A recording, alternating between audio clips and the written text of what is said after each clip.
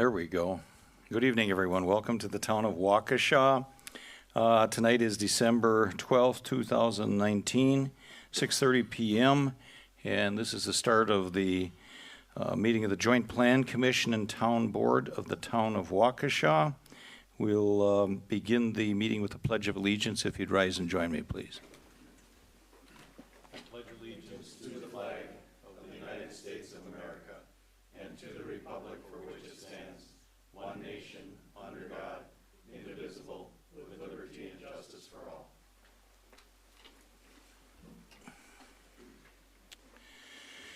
Okay, thank you. Roll call first of the Plan Commission and then Town Board. Commissioner Sisney? Here. Commissioner Fuller? Here. Chairman Fisher? Here. Supervisor Radke? Here. Supervisor German? Here. Supervisor Durr? Here. Supervisor Stigler? Here. Okay, thank you. Commissioner White is not with us tonight. Other than that, I think we're all present. Item 4 is communications with town residents. Put that on there just to cover a couple of quick things. We've had town residents expressing interests on how the town of Waukesha communicates with them. A couple of real quick things, one of which would be not a nice question to ask, but anybody get their tax bill yet? I haven't seen mine. Are any of those out and about? Soon to be. Some people may have them. When you get your tax bill, if you haven't, inside of it, there's an insert in it that is 3 pages, basically back to back, calling your attention to a couple of things. There's some general information, questions and answers. We just highlight on the back side of it, the top quarter to the third of a page. There's a little clip art with a bill, and it's entitled Invitation to Residents, and it's informing everybody that on the 23rd of January, which is our second meeting of the month of January at 6:30 p.m. here at the Town Hall. We're going to have a kind of an open discussion in which the public will be invited to participate along with staff and members of the board, but talking about ideas and thoughts on future facility needs. If you're interested in hearing town board members' ideas, sharing your ideas with them, this would be the place to be there. I won't go into the rest of the detail, explain a little bit some of the things we may be talking about. So put that on your calendar for the 23rd of January. The other thing, just real quick, I'm going to have Kathy do in about 10 or 15 seconds here, just remind people how they can go onto the town's website and basically get linked up so you get automatic email notifications of agendas and so forth. Can you do that quick, please? Sure. On our website at townofwaukesha.us, the very top portion of the website has our regular departments and such, but on the right has buttons on it. One button is our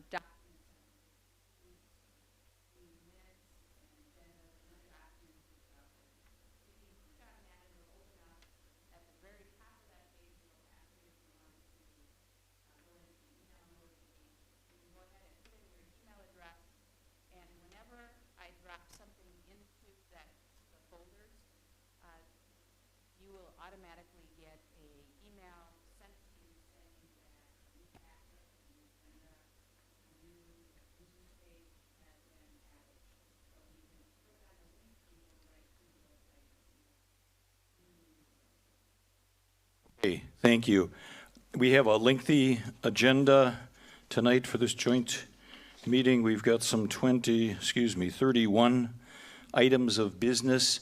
So we're going to try to move along as quickly as we can. We'll next go to citizens' comments, and just a quick comment about citizens' comments. We do have a couple of public hearings tonight. They're items 19 and 21 on the agenda, so the public will have an opportunity to speak to those issues at that time, so you needn't do that during citizens' comments. That said, anybody who would like to address the Plan Commission of the Board with citizens' comments, please come up to the microphone. No one? Okay. Someone. Name and address, please, and close and personal to the microphone. Okay, close and personal. Betty Paget, South 57 West 22641, Woodside Court.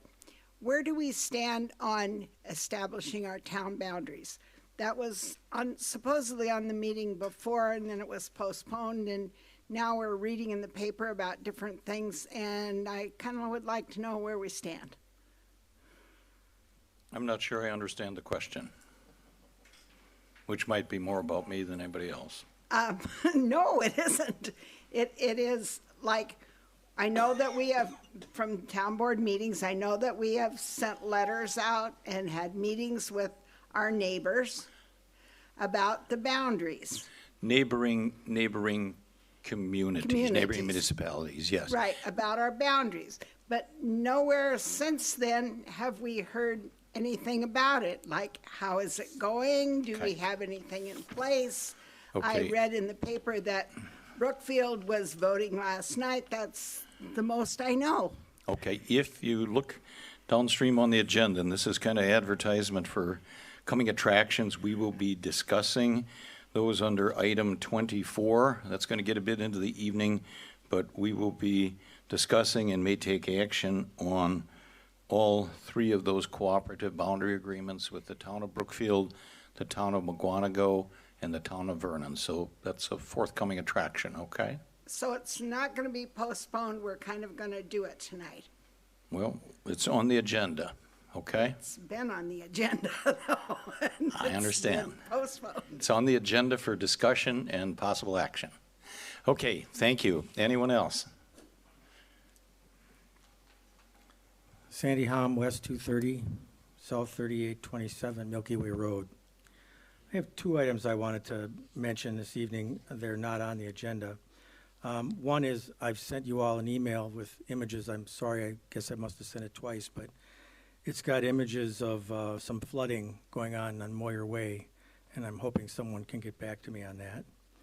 And speaking about Milky Way, you've probably, if you've been reading the paper, are aware that the city is now suing New Berlin, and the New Berlin folks think that the Milky Way site, which is all city land as far as I know, would be great for the 2 9-million-gallon reservoirs. So I just want to make sure, put it on the record that everyone is aware that that may be coming down the road at us. Thank you very much.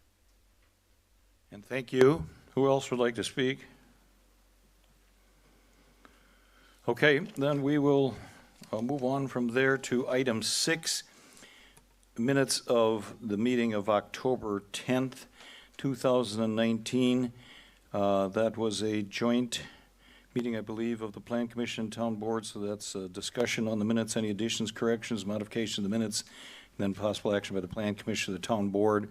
Just a reminder on any of these things, in order to vote, you need to have had been present at the meeting, otherwise ought to abstain. So any discussion, additions, corrections about those minutes? If not, a motion to approve them would be in order from someone by from the Plan Commission. Okay, second? Okay, motion by Commissioner Fuller, seconded by Supervisor Stigler to approve the minutes of the meeting of October 10th, 2019. All Plan Commission members in favor indicate by saying aye. Aye. Opposed? That passes 4-0. Town Board, are you prepared to act? I'm sorry, and an abstention was? Okay, so you're an abstention. Okay, I beg it. So there's 3 ayes and 1 abstention. Mr. Chairman, I'll make a motion to approve the minutes for October 10th, 2019 for the town board. Okay, and all Town Board members were present for that. Is there a second to the motion? I'll second it. Motion by Supervisor Radke, second by Supervisor German, to approve the minutes of October 10th. All in favor indicate by saying aye. Aye. Opposed? That is 5-0. Minutes of November 14th, 2019, same procedure. Any additions, corrections, modifications to those minutes from either the Plan Commission or Chair- Town Board members?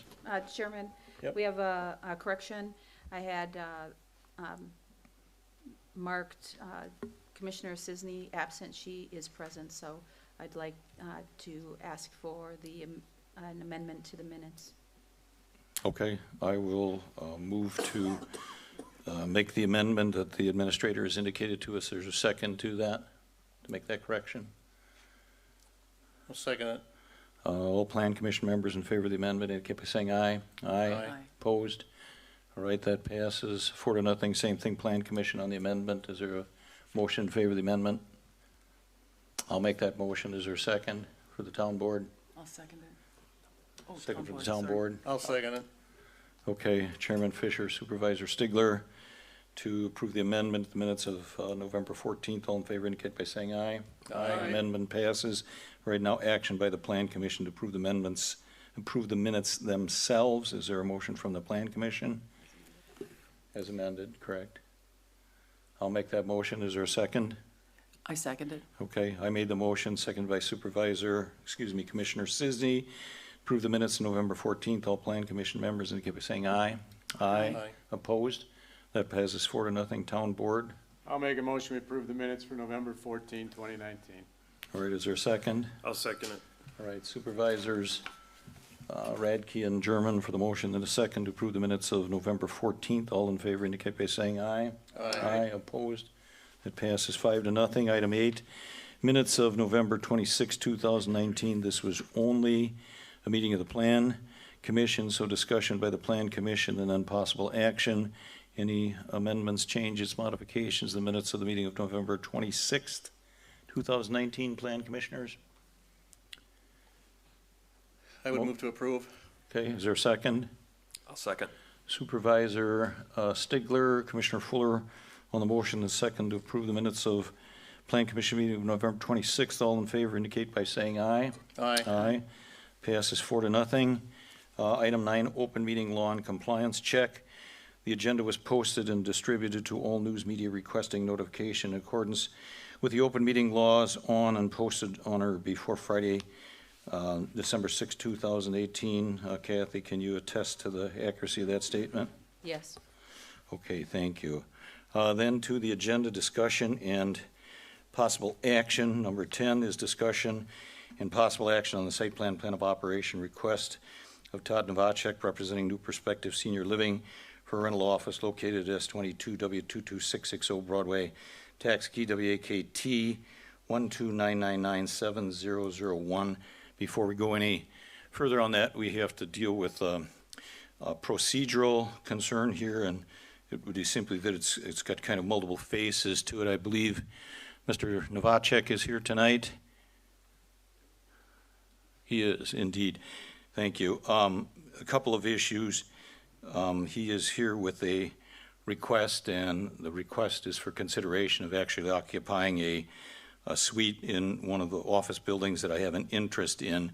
So I have at a minimum of at least a perception of conflict of interest with that, which is somewhat troubling on. I think it's a fairly simple matter, but the issue we're dealing with tonight, I can and will recuse myself from this. I would be most comfortable with doing that. We're then down to 3 Plan Commission members of the Plan Commission, Commissioners Fuller, Sisney, and Supervisor Stigler.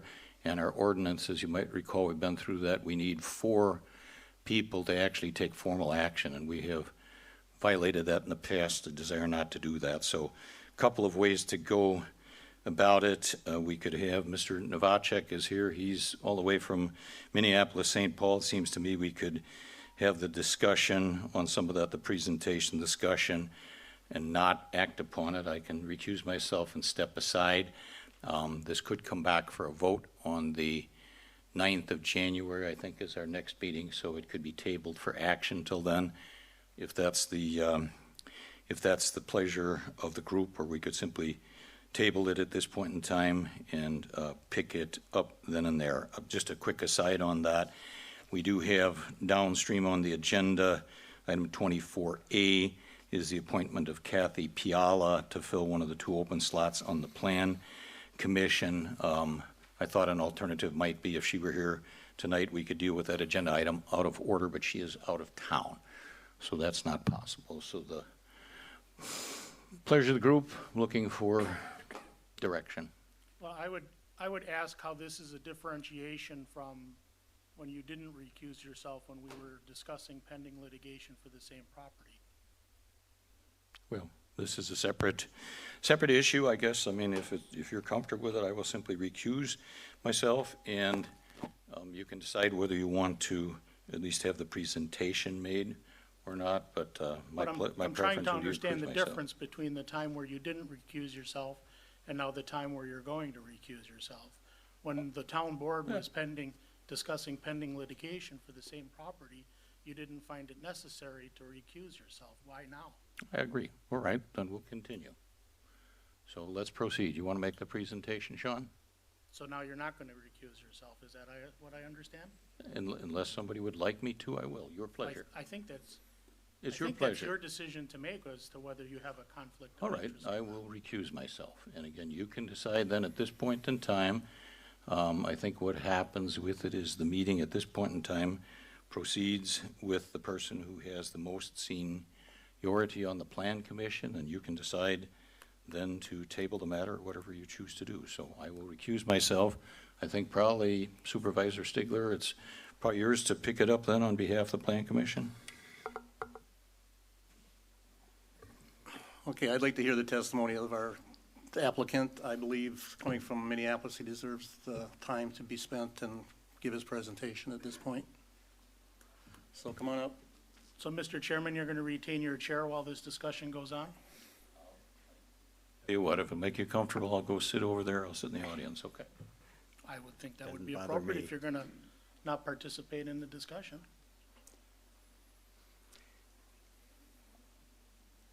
Ladies, gentlemen, hi, my name's Todd Nowacek. I own a company called New Perspective Senior Living. We're building a senior independent living, assisted living, and memory care community on the corner of Broadway and 164, which is kitty corner from the property in the township that Mr. Fisher owns. And our proposal is simply to take one of the bays, there are a number of bays there, I think they were up there a minute ago, and turn it into what we would call a rental office. It's not a sales, we don't sell anything, but we have a rental office. And we usually do that 7, 8, 9 months before a community opens. We're planning to open the community later in July, early August. So this would be a time in January where we would have a rental group, sales manager, maybe the executive director of the community. One of our regional directors would office out of there as well. And it's just a matter of people coming and going to get information, to sit down with an advisor, learn about assisted living, learn about programs, learn about the healthcare aspects, and simply get advised as to what their opportunities may or may not be in a community like ours. So this is really just a very short-term rental space, and then it'll convert back to Mr. Fisher's business, or part of his business, I guess, there on the corner. So with that, if there are questions. Anybody on the plan commission have any questions? I kind of put the cart before the horse here. I guess I should have had Sean give your report too, so go ahead. No, that's okay. It works either way, and I think the gentleman did a good job explaining it. I just would add a couple of details. The property is zone B1, and then professional offices are a permitted use in that district. So it's consistent with the zoning. They did submit a plan of operation. Basically, it's the temporary rental for suites 2B, 2C, and 2D for a total square footage of 1,360 square feet. They'd need the space between January 1st and July 31st of 2020. Maximum number of employees is 4, no company vehicles. Hours of operation, Sunday through Saturday, 9 a.m. to 7 p.m. And they like to start construction as soon as possible. There's a little bit of, there's no changes to the site being proposed. I think there's a little bit of work internally that has to be done for the use itself, but nothing on the site. In terms of parking, they have dedicated a series of parking stalls on the site plan. There's more than enough parking on the site. The square footage that they have requires a total of 5 parking stalls, and so there's more than enough there designated. No specific signage is proposed at this time. However, there is a freestanding sign that was approved near the entrance with sort of a master site plan permit that was granted that allows the individual copy to be changed out for the sign. So if there was a sign that went in there, that would already be approved. So if the Plan Commission would choose to recommend this, and I know no action is being taken tonight, I have prepared a series of conditions to go along with it.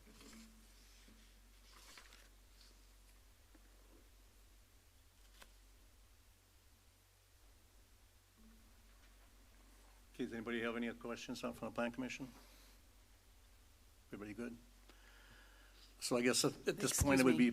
I'm Go so ahead, sorry.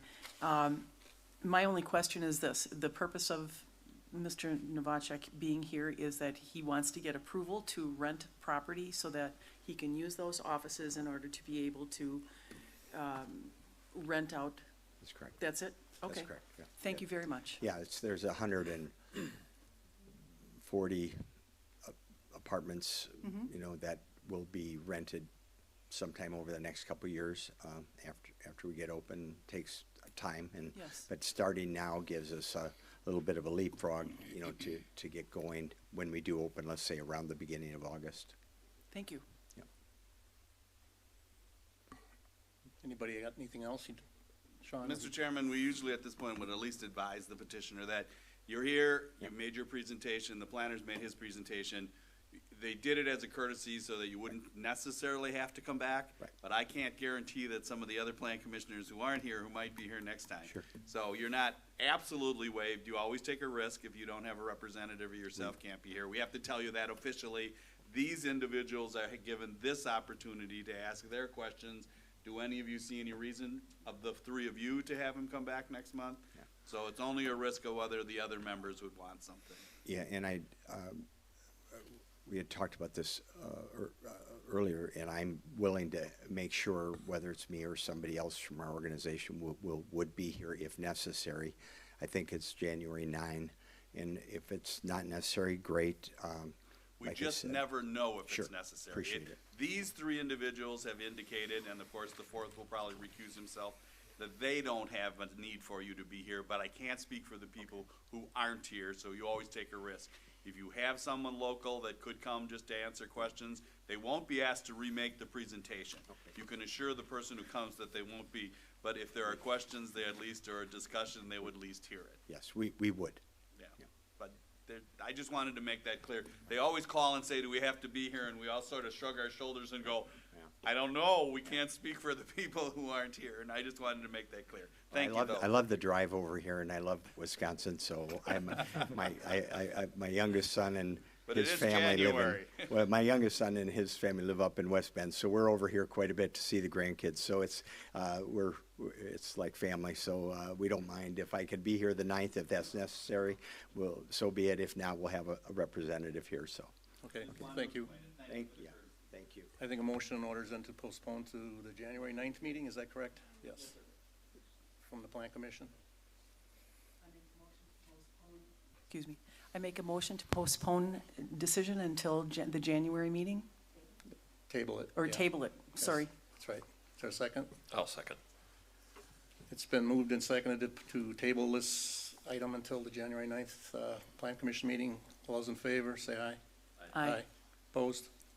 Mr. Chairman, if this is going to move to the town board, since this is a recommendation from the Plan Commission to the town board, I would offer a motion to act without recommendation of the Planning Commission and move to approve the site plan of operation for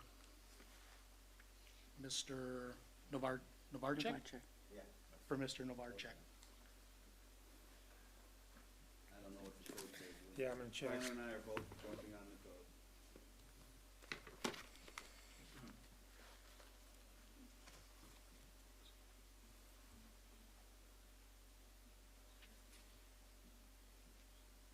Okay, now what?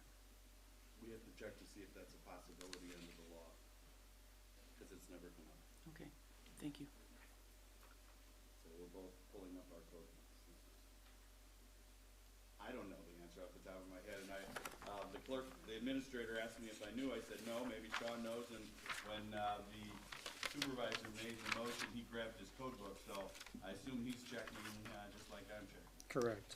So Chairman, we have a second, motion and a second on the Plan Commission. Do you want to complete that motion? I did. We did, okay, I didn't. On the table.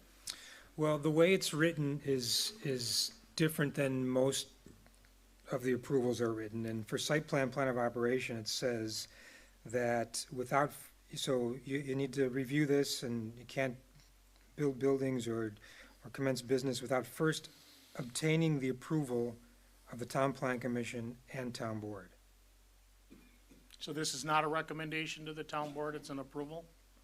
Normally, we state it as a recommendation to the town board, because that's how everything else works, but that is a specific language. It says the Town Plan Commission and Town Board shall approve, conditionally approve, or reject detailed site plans and architectural plans, et cetera. And that's specific to a site plan of operation? That's the way it's written.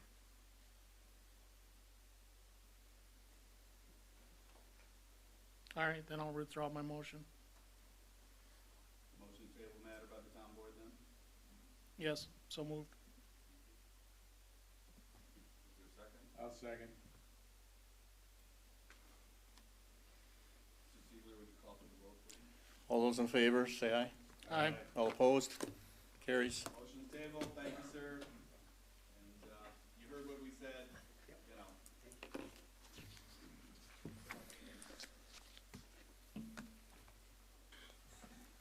Okay, moving on to item number 11, discussion and possible action on a site plan of operation amendment request by Lyle, help me please, Weisenhunt, representing Caliber Collision, formerly known as Abra, located at S31W24601 Sunset Drive, tax key WAKT 1354999. Is the petitioner representative in the audience? You want to come on up, please, and grab some seats in the front row? You've got a presentation on this, Sean? Yes, I do, Mr. Chairman, thank you. So this site has operated as Abra Auto Body for a number of years, and the petitioner is proposing, they've acquired the site and will be operating as Caliber Collision. They intend to operate the business the same as Abra has operated in all respects, except for a slight decrease in the hours of operation. They're also proposing replacing the signage and doing some painting and those things. And so the signage is handled, or will be handled under the next agenda item. So this is just for the site plan of operation amendment. The property is zone B3. It's about 0.88 acres. And again, this is a continuation. It meets all requirements of zoning in terms of use. The plan of operation that's proposed and is currently largely existing this is an auto body repair, painting, glass replacement, and paintless dent repair business for autos and light trucks. The maximum number of employees is 13. Hours of operation Monday through Friday, 7:30 a.m. to 5:30 p.m. and Saturday 9 a.m. to noon. In terms of outdoor storage, there is a rear lot that's used for parking of inoperable vehicles. And so that's all I have in terms of a presentation. There are a series of conditions that includes adherence to the previously approved site plan of operation, and then the plan of operation that I just mentioned in terms of use, employees, and hours. The rest are standard conditions. Okay, do one or two or all of you want to come forward and introduce yourselves to us, please? Yes, hi, my name is Allison Mathern, Allison, Mathern, Mathern. I'm a senior manager with the Caliber integration team, and with me is Brian Hallberg, who is a regional vice president in the Wisconsin area previously for Abra, now with Caliber. And pretty much everything Sean said is all I would tell you. Actually, Abra and Caliber Collision merged in February of this year, and the decision was made to just move forward with the Caliber Collision corporate name and branding, which is why we're here before you. So everything about the center's operation, aside from closing a half an hour earlier than they were previously, is remaining exactly the same. All the employees are the same, all the management in the region is the same. So we're just looking to operate under the Caliber name, and along with that, which is the next item, is to change the building and pylon sign to Caliber branding as well.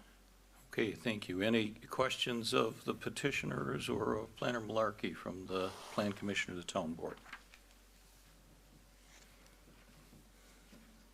Just curious, is the management staff the same then too, or The management staff is the same. everybody's The the same? business didn't Okay. even undergo an ownership Just changing a change. name, The so. ownership is still the same.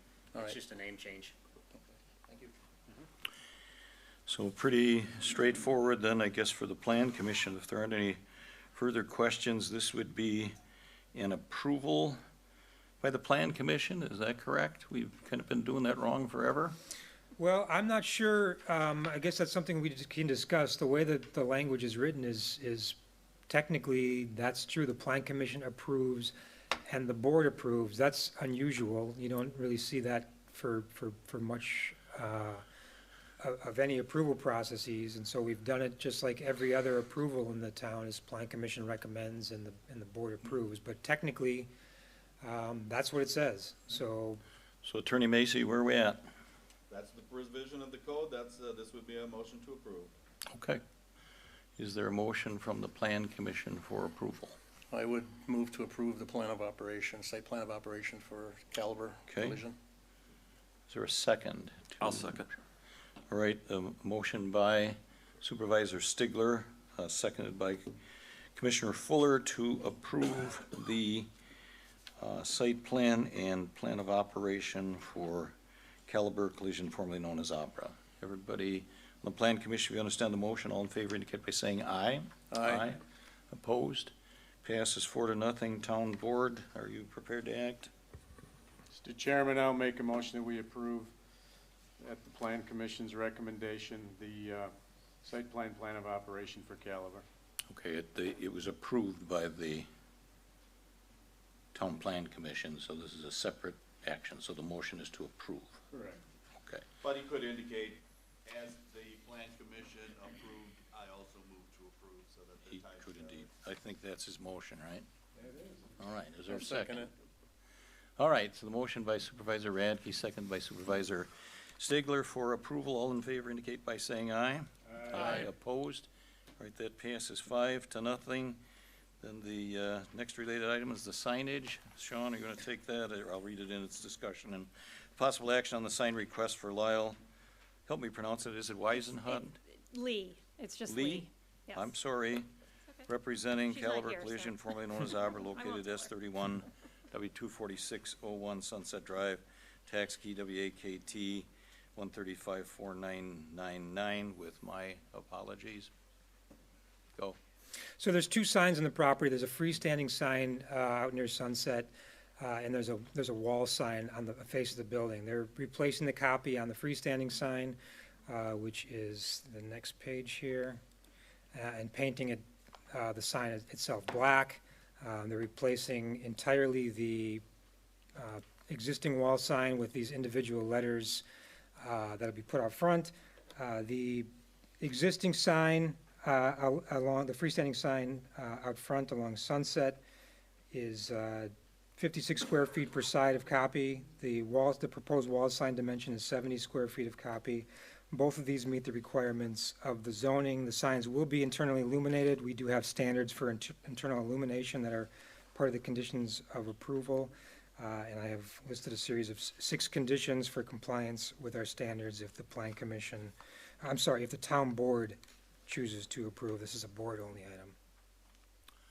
You have a copy, then, do you, of the report, including the recommended staff conditions? We do, yes. Any issues, anything to add No to the issues. presentation? Only to point out that the new Caliber Collision sign will actually be slightly smaller than the Abra building sign. So, like you said, they're both within, or at least this one is within code, but it will be slightly smaller than the existing sign. Okay. All right, this is for action by the town board only. Questions, discussion, motion to approve? Mr. Chairman, I'll make a motion to approve the sign request for Caliber Collision. Is there a second? I'll second. Motion by Supervisor Radke, seconded by Chairman Fisher to approve the sign request for Caliber Collision. Everybody understand the motion? All in favor indicate by saying aye. Aye. Aye. Opposed? Passes unanimously, 5-0. Thank you. Good luck to you. Thank you, Thank you everyone. so much. Have a great night. All right. Item 13, discussion possible action on Pebblebrook Hollow subdivision. Subdivision construction plan request for David Bellman, owner of Bellman Homes, located as part of the southeast one quarter and southwest one quarter of section 28-6-9. This is a discussion by the Plan Commission and Town Board, possible action by the Plan Commission, possible action by the Town Board. Sean, are you taking this one? I sure can. So there's 4 items on the agenda for Pebblebrook Hollow, and my staff report covers all of them to some degree. I know Chris also has a report related to the construction plans as well. Would you like me to kind of give an overview of the whole thing, and then you can take action on each of the items? I think that'd be good. Sure. So the subdivision that we're talking about, back in January 2019, the residential PUD conditional use was approved by the Plan Commission and Board for 19 single-family lots and 36 single-family condominium units. Then in May, the preliminary plat was approved, accompanied by a sort of an initial phasing plan. And then the town board also approved the land stewardship plan for ongoing maintenance of the common areas. And so the petitioner is now requesting approval of 4 things: an updated phasing plan, the final plat itself, the construction plans, and the landscape plan. And so I have a few comments on each of those. In terms of the final plat, it's what's being proposed at this point is phase 1 of 2 of the final plat. And so the phasing plan, you can see on the overhead here, it's limited to 29 of the 34 condominium units. It's limited to the construction of Primrose Lane, which connects up to the existing Primrose Lane, Pebblebrook Court, which is a private road. Primrose is a public road, and then some initial improvements on Hidden Hollow to some extent to be able to construct the stormwater ponds and so on. So that's what's being proposed. There are some minor differences in terms of the naming, where certain things were called outlots and lots in the preliminary plat, and so those have been updated. The final plat is substantially similar to what was approved in terms of the preliminary plat. The acreages are very close. They're off as tiny little adjustments happened in the past. So essentially what's being approved then is Lot 1, Lot 2, and Lot 3. Those hold the 29 condominium units, and then 4 outlots. Outlots 1 and 4 are for stormwater and landscaping. Outlot 2 is the isolated natural resource area, and then outlot 3, the largest area, is some stormwater that's happening, and then the remainder of the development that would happen in phase 2. Since submittal of the final plat, there's a couple of corrections have been made, and those would be potentially conditions of approval. One of them is on page 4 or 5 of the plat. Note 5 stated that outlot 3 was reserved for future single-family lot development and may include additional outlots. Well, in phase 2, there's also potential, there's 7 more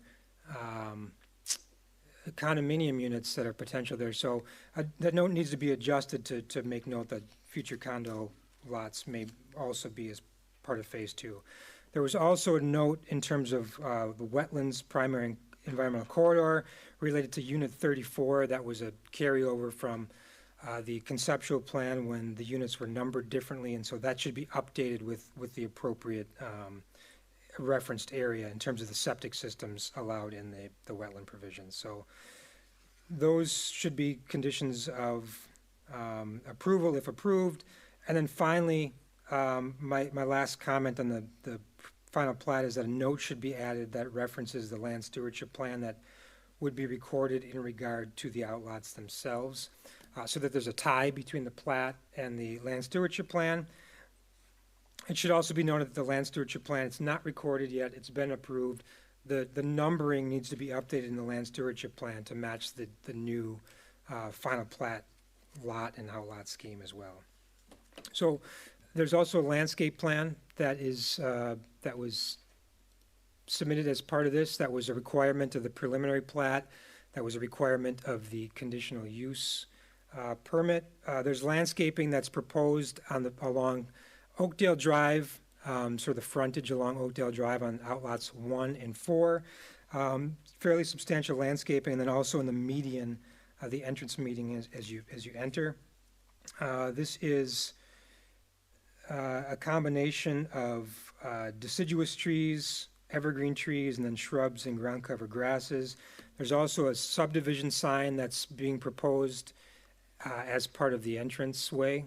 And this was even introduced as far as in terms of the conceptual plan. There's some of the median landscaping that's there.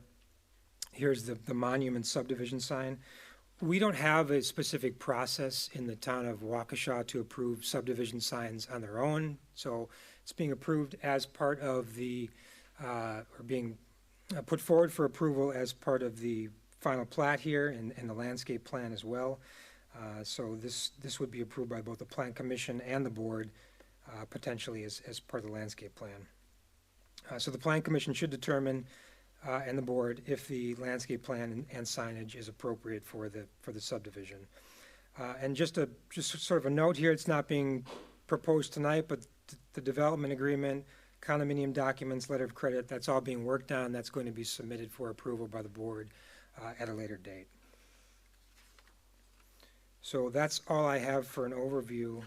Chris, I don't know if you want Chris to give his overview of the, are we on the agenda for construction? We are. Yeah, Chris, do you want to comment on that?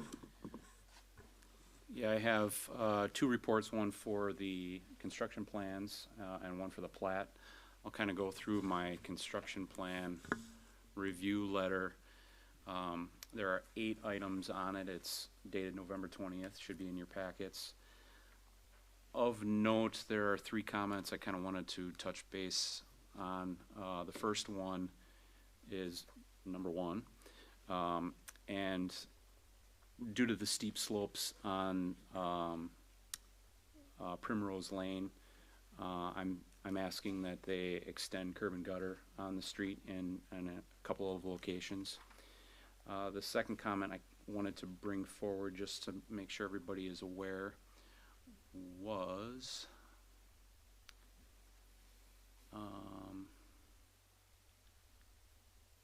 sorry, kind of reading through this quick. A lot of this is kind of technical, and some of the issues are note-related items. The second comment I wanted to bring forward was there's a cross culvert that crosses the future Hidden Hollow Drive, and the ends of the culvert extend beyond what is proposed as the road right-of-way. And so I'm bringing that forward to their attention to make sure that we can kind of get that culvert within the right-of-way. And then the last one was, and in fact I had conversations with the design engineer a couple of weeks ago about this item, is I'd like to see notes and or details specifying the construction of the future Hidden Hollow, which is going to be going through wetland. They got permission to do some wetland fill to construct the road, and they're going to be constructing a portion of it as part of phase 1 to get the culverts built and the road base put in.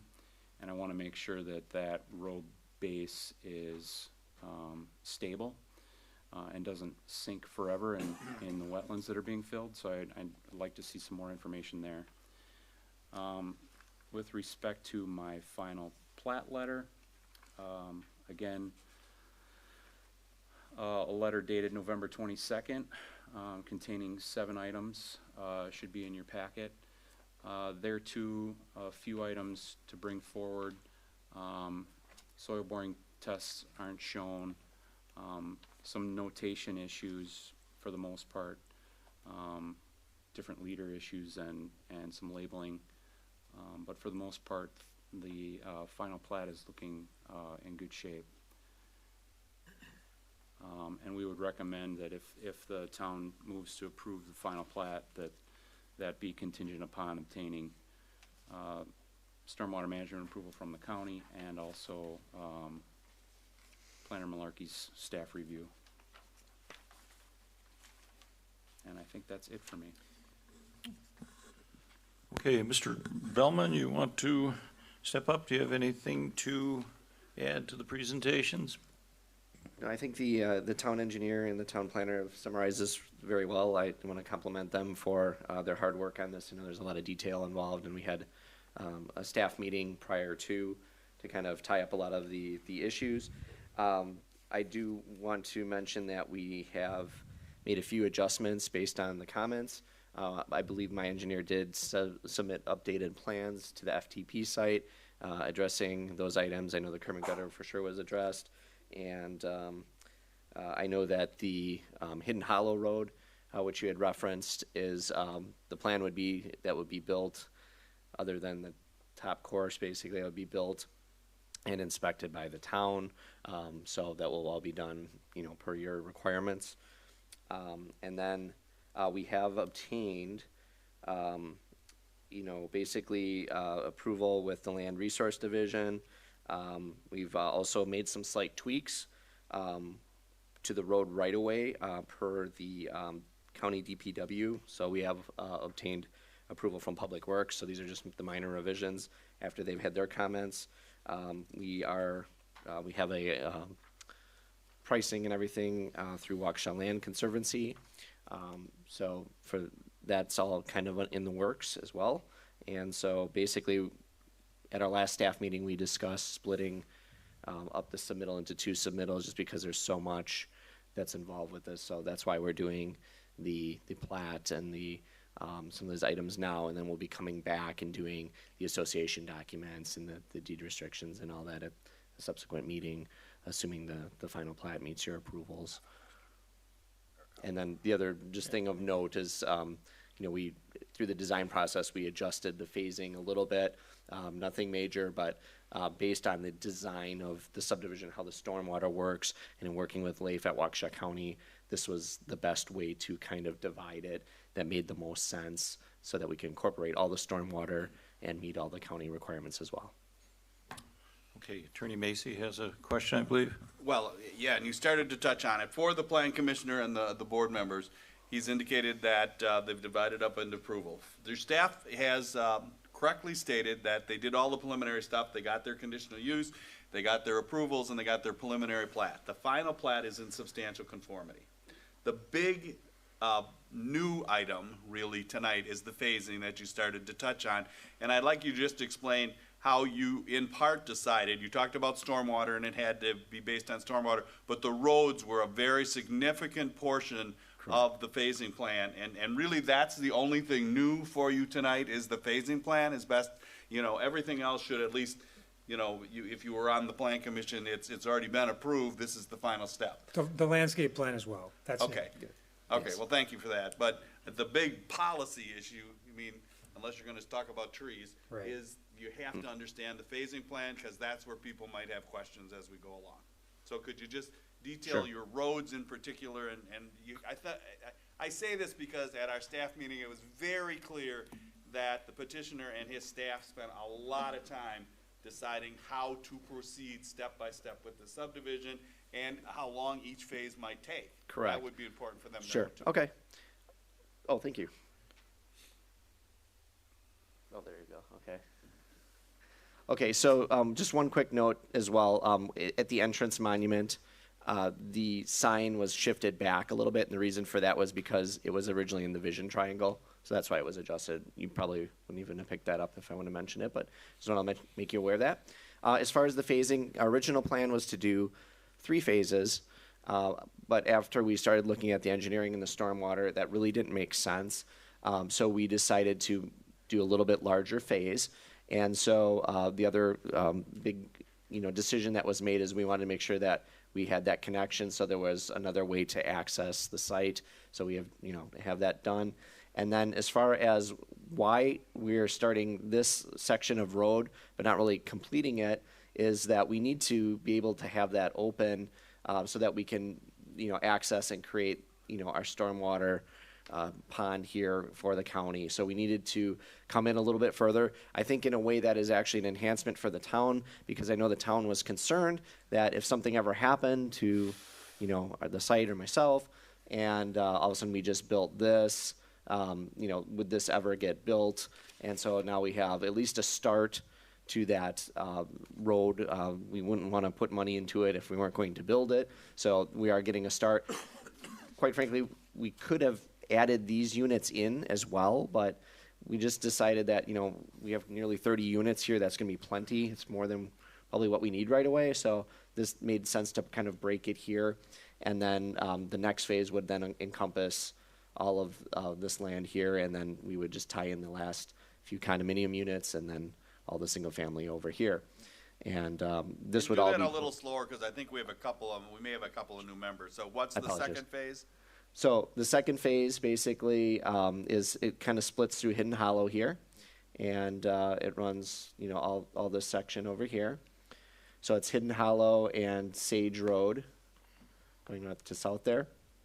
And again, there would be 7 single-family condominiums that would be added into the condo association.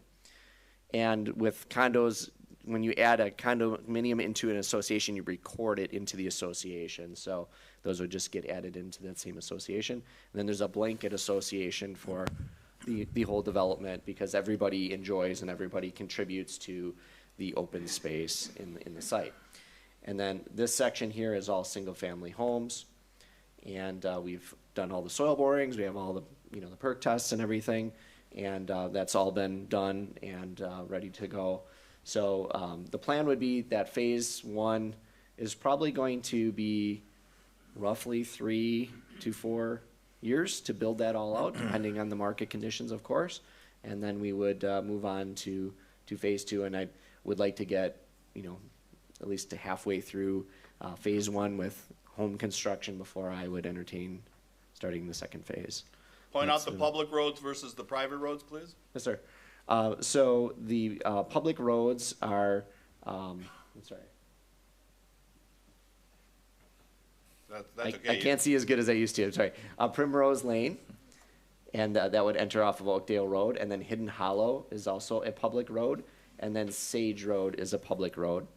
And then the private road here is Pebblebrook Court. And so that would be maintained by the homeowners association. That would be plowed, and all those items would be handled through the association. You have special plans to make sure that we have the least interference with the existing subdivisions. What are those plans again? Correct. So at my original submittal at the public hearing, I spent quite a bit of time detailing. A lot of the concerns were about construction traffic not entering through the neighboring subdivision, so we'll have signs up that would limit that. We would also have notes on the construction drawings to our trades that they're not allowed to access through that area. And then obviously we would be maintaining that and managing that as well. Obviously we're a local home builder here and developer, so this is literally 5 to 6 minutes from my office. So are most of these homes going to be built by you? I will be building all of the homes here. Okay, so you have total control over the contractors. Yes, I do. And where they drive and where they park? Yes, we do, and we do use the same, trades are very tough these days, so we do use the same trade base on all of our homes, and that very seldom it ever deviates, so we have very good control over our construction and our crews, so I'm not very concerned about that as being an issue.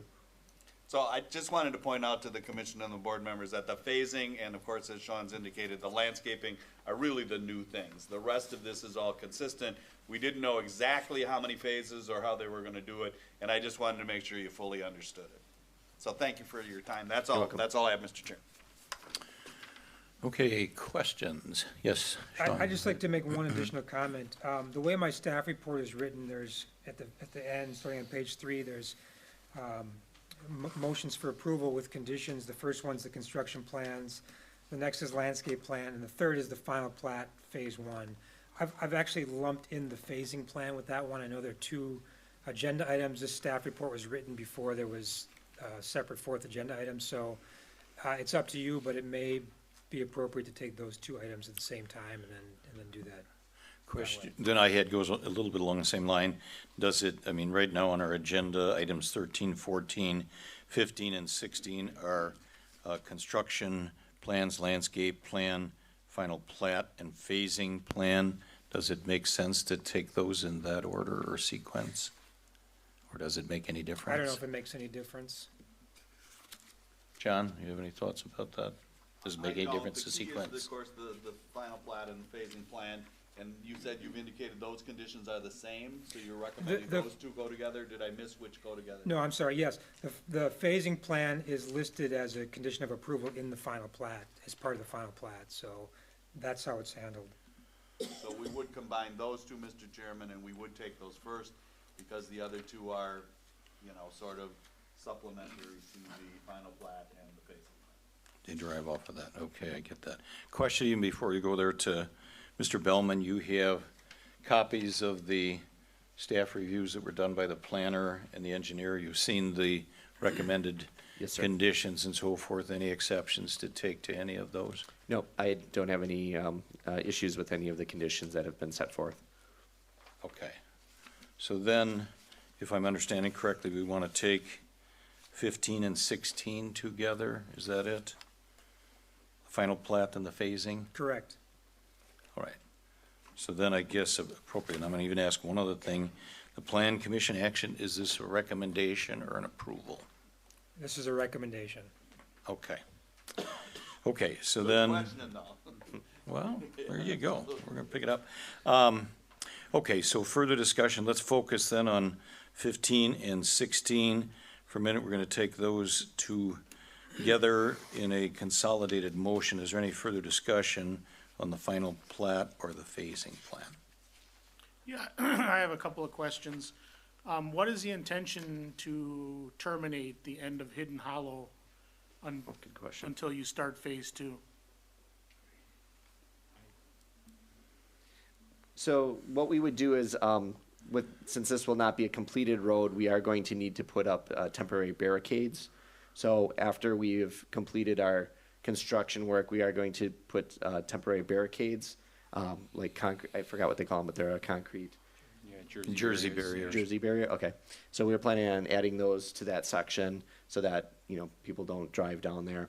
But that would be kind of how we would handle that. And this would basically be built, we would put all the stone down and basically construct it like we were building the rest of the road. We just wouldn't put the top course on, just because the other reason that we wouldn't want to do that is because as we're building the rest of this in the future, if you put a binder course down and then you bring Yeah. all these trucks, because there's gonna be a lot of hauling, that would just probably destroy that. So Is there a reason you wouldn't put a temporary cul-de-sac there?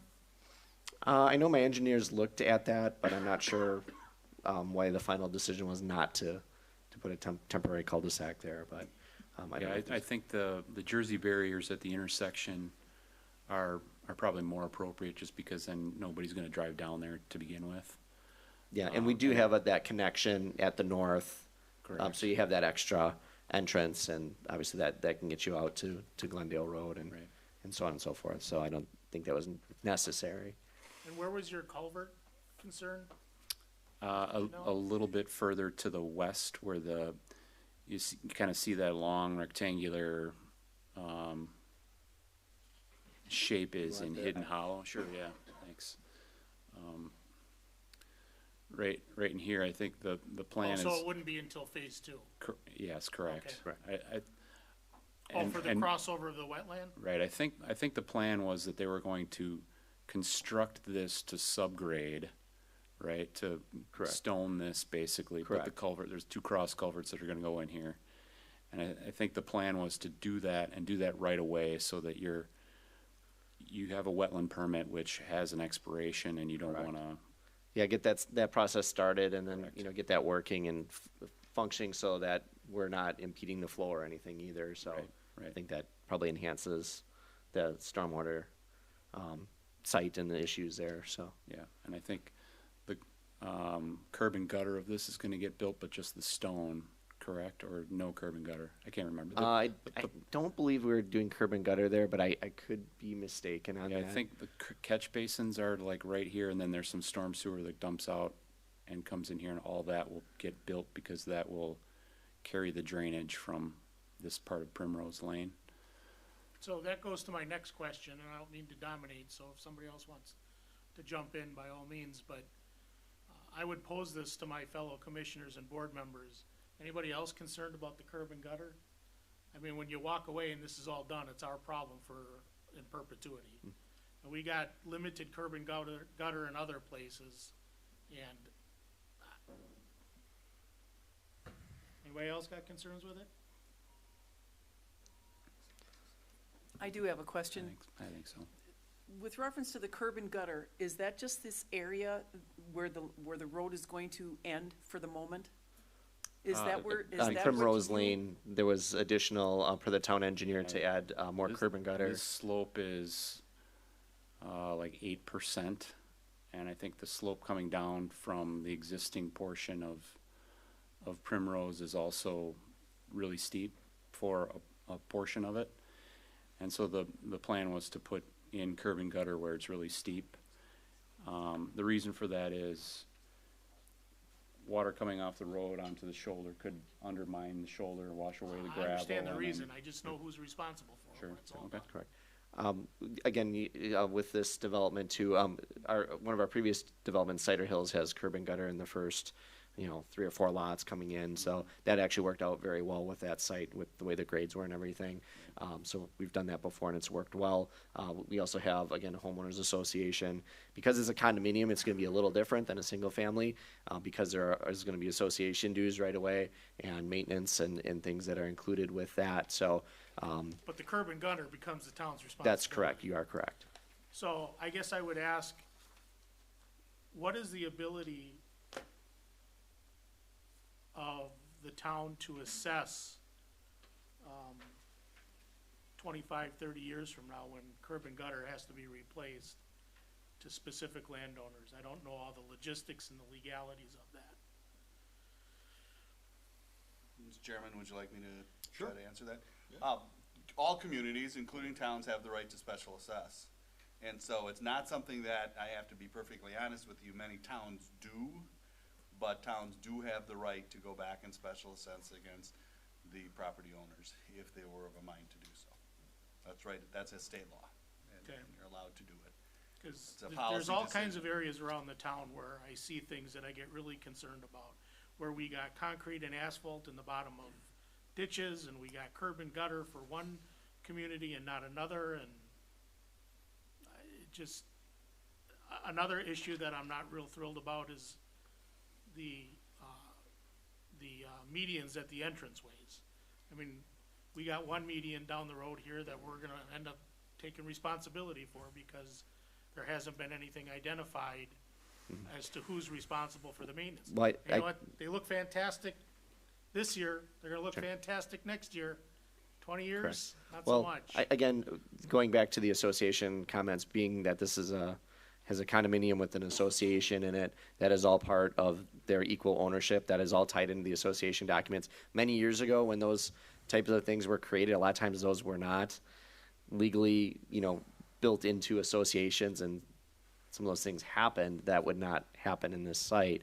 The other thing, just from my professional experience as a builder and developer, I honestly think the curb will, concrete curb is probably going to hold up better than the road down the road. So I have a feeling that that's going to probably need less maintenance than the actual road in the future. So what document that we've reviewed so far, and if not in a document that we reviewed so far, what document is the maintenance of that median gonna be?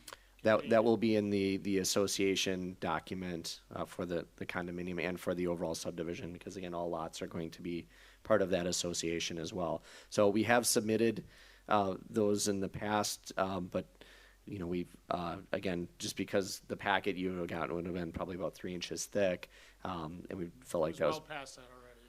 what's that? My packet tonight was well past. Yeah, I apologize for that, but that's development these days.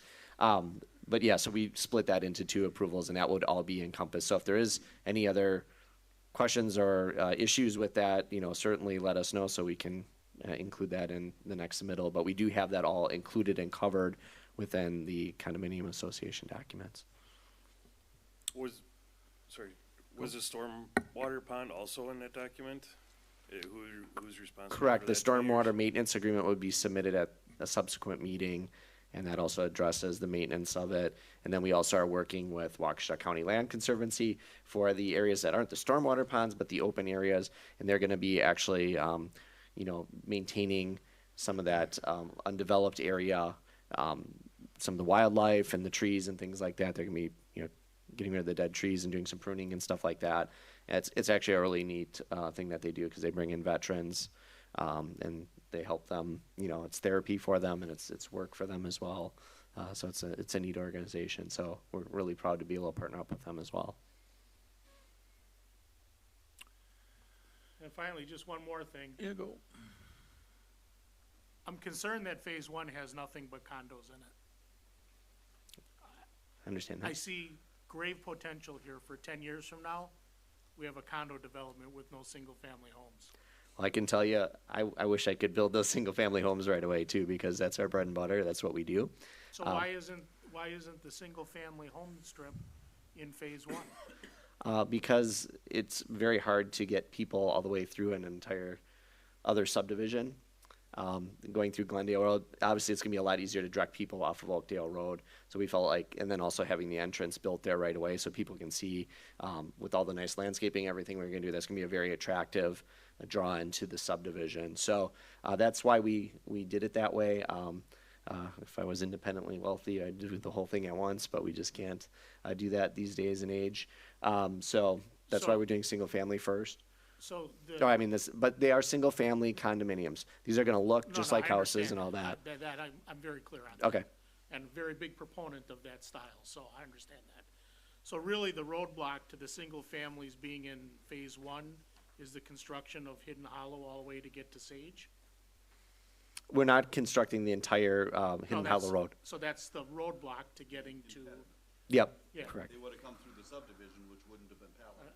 Okay, that's what I'm Correct. trying to understand.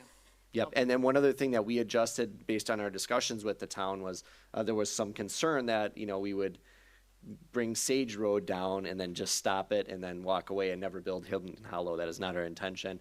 So I think, I think we're trying to show good faith here as well that we're already starting Hidden Hollow and starting to build some of that, but obviously, the market can only absorb so much inventory at one time as well. So, we didn't find the need to add more single-family condos at that time, those other 7.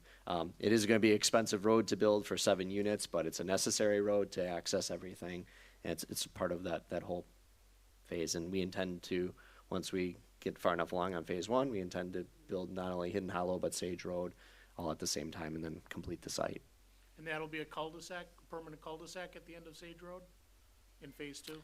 That would be a cul-de-sac. Obviously, we had to provide access to the landowner to the south. And if you recall, yeah, it's a because that will eventually open up. Yep, I recall that now. Yep, and then that landowner is currently landlocked to the south, so that'll open it up for him. Got it. All right, thank you. I think I'm You're welcome. done for now. Okay, other questions or comments? Just an observational thing under item 16. We were going to try to take 15 and 16, the final plat and phasing plan together. I note on 16 that is not on the agenda for discussion, or rather for possible action by the Plan Commission. Is that by intention or oversight? Oversight? Okay, well, I'm going to, I guess, then render a decision as a chair here, if that's a simple oversight, that we will proceed any way. I think the intention is there, and allow the Plan Commission to vote on to take action on items 15 and 16 together. So is there any further discussion on that? If not, is the Plan Commission prepared to act on 15 and 16? Did you want something more? I was going to suggest the motion. Please do.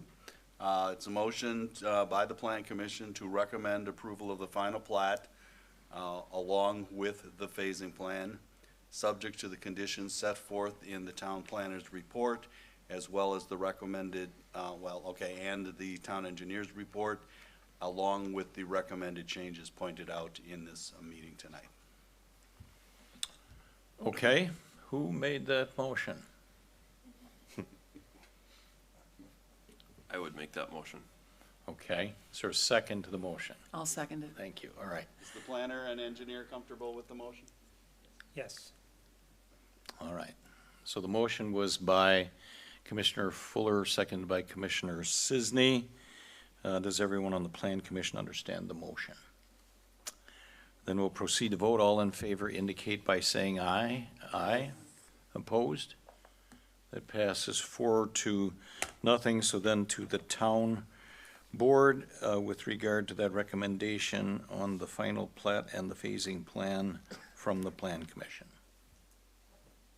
Mr. Chairman, I'll make a motion that we accept the recommendation of the Plan Commission as stated. Is there a second? I'll second the motion. So the motion by Supervisor Radke, seconded by Chairman Fisher. Does everyone on the town board understand the motion? And we'll proceed to vote. All in favor indicate by saying aye. Aye. Opposed? So that passes unanimously 5-0. Then we'll double back to item 13, which is the subdivision construction plan. Further discussion on that.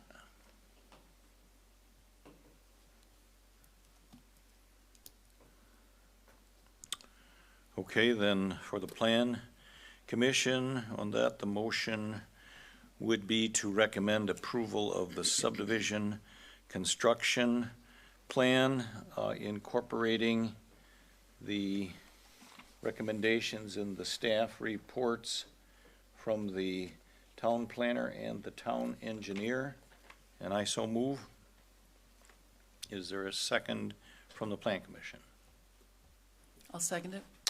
Okay, motion by Chairman Fisher, second by Commissioner Sisney to recommend approval of the subdivision construction plans with the conditions from our professional staff.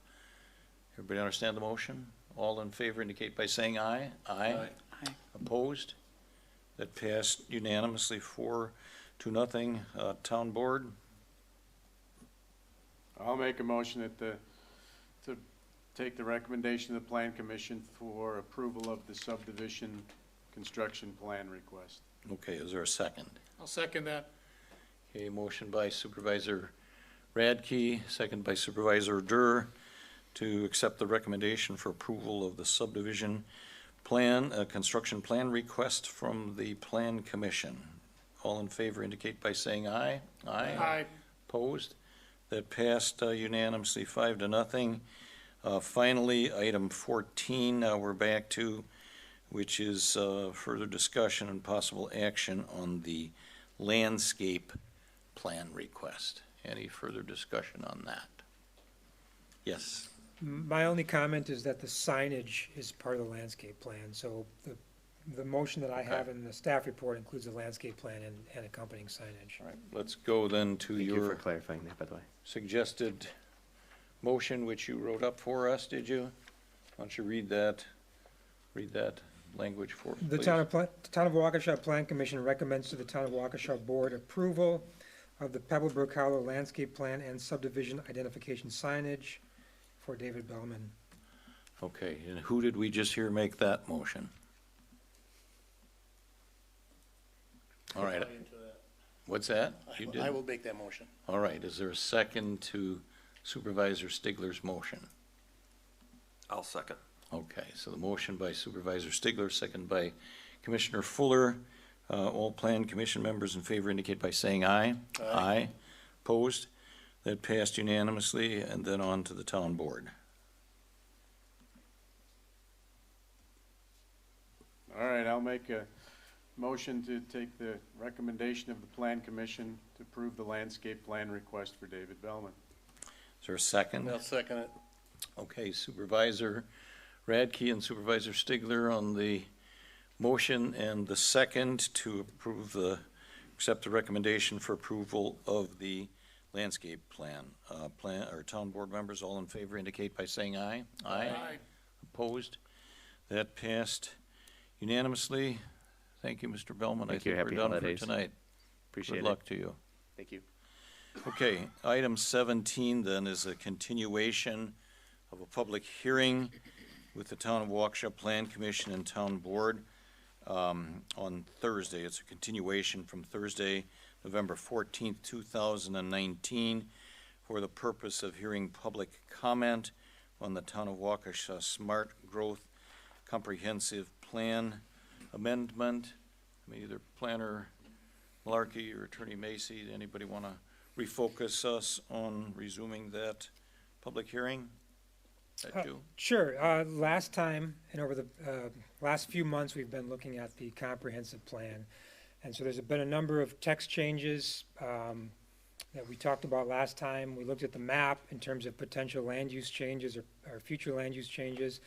We sort of looked at some targeted areas for potential revisions to the plan map.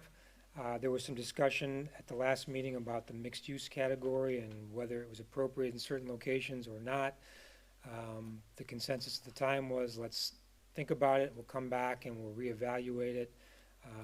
So I asked tonight, if possible, we can go through a couple of areas and make a determination one way or another on whether some of these areas are mixed use or some other use to move forward with the comprehensive plan. If we do make some headway tonight, the Plan Commission would be recommending approval by resolution, and then the board would take this up at a later date for adoption by ordinance. And so I don't know how you would like me to proceed. Do you want to just start to pick up where we left off and look at a couple of these areas on the map? I think that would probably be appropriate to do that. I want to simply indicate here that this is a public hearing, so we'll certainly take public comment, but I think it would be appropriate at this point in time if you would focus on some of those things. Sure. So some of there wasn't a lot of discussion. I mean, I kind of went through each and every one of these areas last time, so I won't revisit them all unless there's specific questions or comments. I guess the first thing I want to say is that there were changes made to the map for the Sunset Drive Island area. And so we had some proposed changes where the residential that's fronting Sunset would be changed to mixed use. And then we had a couple of other properties that would be flipped to either mixed use to residential or industrial to mixed use. And we've taken those off the map. For clarity, this was a potential TID location. And so we've since removed those just to keep things simple for this approval. We could revisit this area at a later time, but for now, any changes proposed to the Sunset Island area are not on the plan map at this time. So another area we talked about and didn't reach a conclusion would be the intersection of 164 and Glendale Road. The proposed changes are these outlined areas here, the northwest corner and the southwest corner just behind the church, and then west of the Coonsey properties here. And what I'm proposing at this time, and what I've had on the maps for a number of months, was advocating that these would be mixed-use categories, similar to what's planned just west of 164 in mixed use. And so I just want to reiterate what that means. It's a flexible land use category that's been rewritten as part of this plan amendment that allows a mix of commercial, potentially industrial, residential, public uses that can either be mixed in the same site or neighboring sites that requires a careful review of compatibility and buffering and access between sites. What it does, in my opinion, is allow a great degree of flexibility in the locations where the town, there's where these are planned in the town are areas that are they're limited. We don't have a ton of areas that have these potential opportunities, and we don't know what's going to come along next and what might be a good idea. So this leaves it the hands in the town in the hands of the town plan commission and the town board to make careful decisions as development comes forward. just because someone comes forward with a development in one of these areas that happens to be either industrial, commercial, residential, or a institutional use, doesn't mean you have to approve it if you don't find it's compatible with the surroundings, because that's the language that's in there. But what it does allow you to do is to entertain any number of uses that might come forward that make sense for the town at the time. I understand there's some heartburn about the mixed-use category. I get it, and I'm obviously open for discussion. This is your plan. It's not my plan. I just put a recommendation forward. So I'm hoping we can come to a decision. If it's not mixed use, what should these uses be in this area? So I guess let's start the discussion at this intersection and go from there. I'll take this one off first. West of Coonsey there, that makes use, I spoke with the landowners of that property, and they don't want anything changed on that property. Okay, that's a good comment. And if we do touch it, they will file a lawsuit against the town. Well, if I could just build on your comment, this is a plan. We're not changing any zoning of the properties or anything. All we're saying is that if they wanted to rezone their property in the future, whoever buys it from them wants to rezone in the future or develop something, it would be according to the plan. When you put colors on a comprehensive plan map, it doesn't change anywhere that the property is used today. They can continue using it as is going forward. But with that said, now that we know what the neighbors want, that may weigh into your decision as to what the future plan of the property should be. So thank you for the comment. I guess I'll offer comment in generally, I am not overly fond of the mixed use category, okay? I understand that the point of view to advocate for it from is flexibility. I also think that's in some regards, a downside to it. Our current comprehensive plan or smart growth plan has land use objectives in it. So in the text part of it, in fact, it's land use development objective number 4 is, and I'm quoting, the preservation, development, and redevelopment of a variety of suitable industrial and commercial sites, both in terms of physical characteristics and location. We talked many times before that we really have very limited amount of land or acreage in the town of Waukesha that in our land use plan or zoning or what or not is for commercial use or commercial or industrial use. So my concern about changing a lot of these things to mixed use is I think that is contrary to the land use development objective, which attempts to maintain some industrial and commercial sites.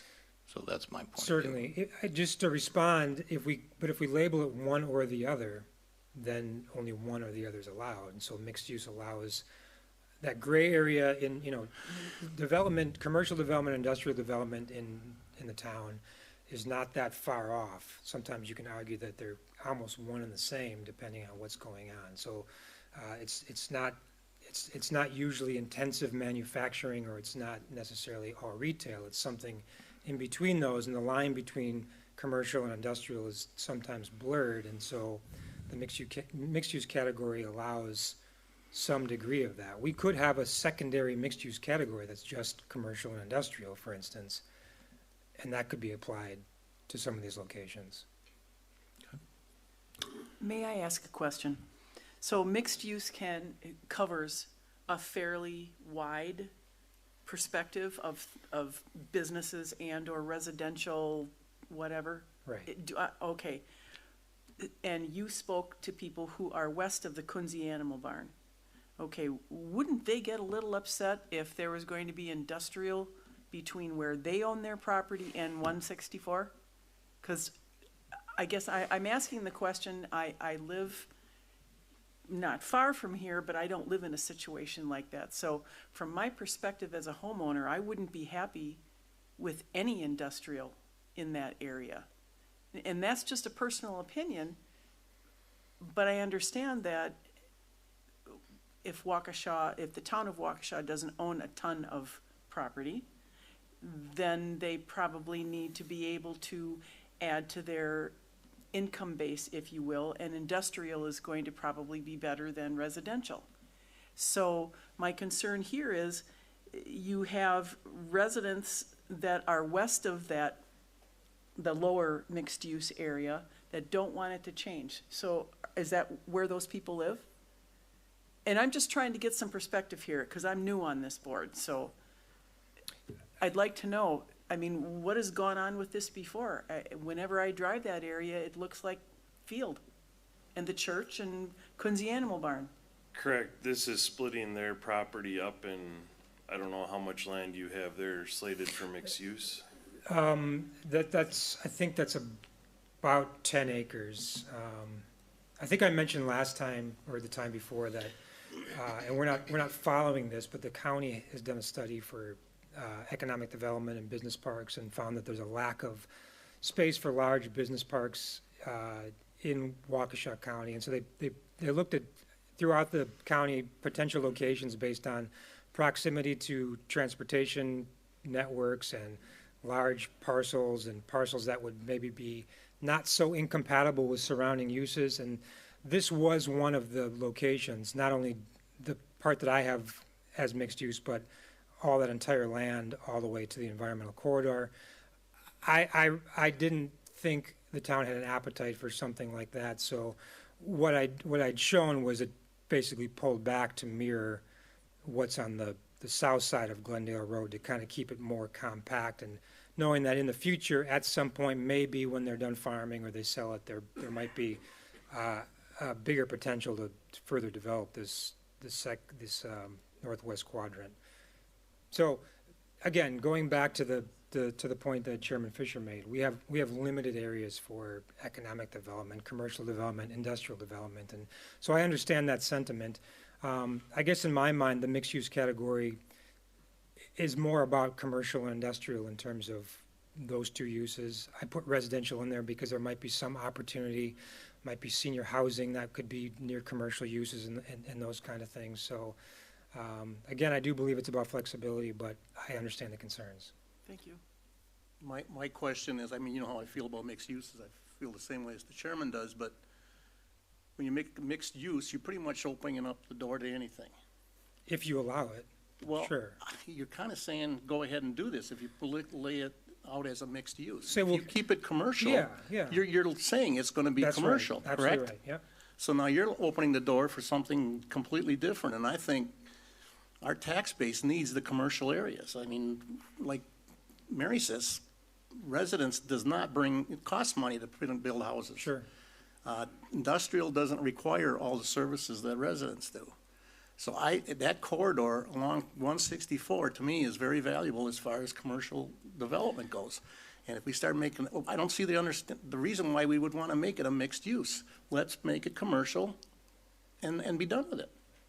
And if there's something comes along that's much better, I believe that the town can listen to that. But I mean, this way, if we have it mixed use, we're opening the door, we're losing control of what we can do there. So the question. So I don't understand why this is such a pushy thing here to make this a mixed use. No. From my point of view, it's a pushy thing because this has always been commercial, and nobody's come in 25 years with a commercial development for this piece of property. And several organizations have come for more residential orientated properties. But That's the issue. But the school has owned it for the 25 years. Right, and they couldn't sell it because the town would never get on board with a residential development. There was a plan 20 years ago, there was a plan 7 years ago, and now there's a plan that's on our agenda for tonight, and they've always been residentially orientated. And if you look at the comments that. But then why don't we zone it residential then instead of mixed use? Okay. That's an option too. I should tell you. That's why. I mean, we're asking why we do things mixed use. But why are we doing mixed use? Oh, okay, then make it residential. So, just so we can kind of move forward, if you don't want that section, this section here, you're talking about this one here. If you're not interested in making that mixed use, what do you want that to be? We've So, gotta make a decision. so north of Glendale Road, should that just be ag and not anything It else should but be mixed left use? alone. My feelings were from the get-go that we leave this map alone and just concentrate on the Sunset area at this So we point. wouldn't make any changes to the planning, Well, the- land use map at all? Except for the Sunset area that we were dealing with our incorporation. And now we're not proposing any changes in that area because it's not necessary. There you go. So there are other areas that are planned mixed use, not just the changes planned for the map in my markup. So this crosshatched area here west of 164, that's all mixed use. Everything at the intersection of Lonsdale and 164, all that crosshatch, that's all mixed use as well. So that's been in the plan since 2009. So if it sounds like we have a lot of problems with mixed use, and I get it, but then we probably should change these to something else as well. I mean, as much as you're suggesting that, I mean, I would frankly even be more supportive of making that commercial. I mean, that is the town of Waukesha's future commercial corridor. If we're talking about making changes rather than taking land that's designated for commercial use and turn it into mixed use, which is going to end up being residential most likely, I would prefer to take the stuff that's mixed use that's along that main Highway 164 corridor and make it commercial. Would you develop it? What's that? Would you develop it as commercial? I'm not a developer. No, I You wouldn't. have a development. I mean, that's the issue, is nobody seems to want to develop it as a commercial. Well, right now, the southwest quadrant is limited to office commercial, so a very specific type, Okay. right? So we would be changing to just commercial, which would allow anything in B1, B2, or B3 potentially. Okay.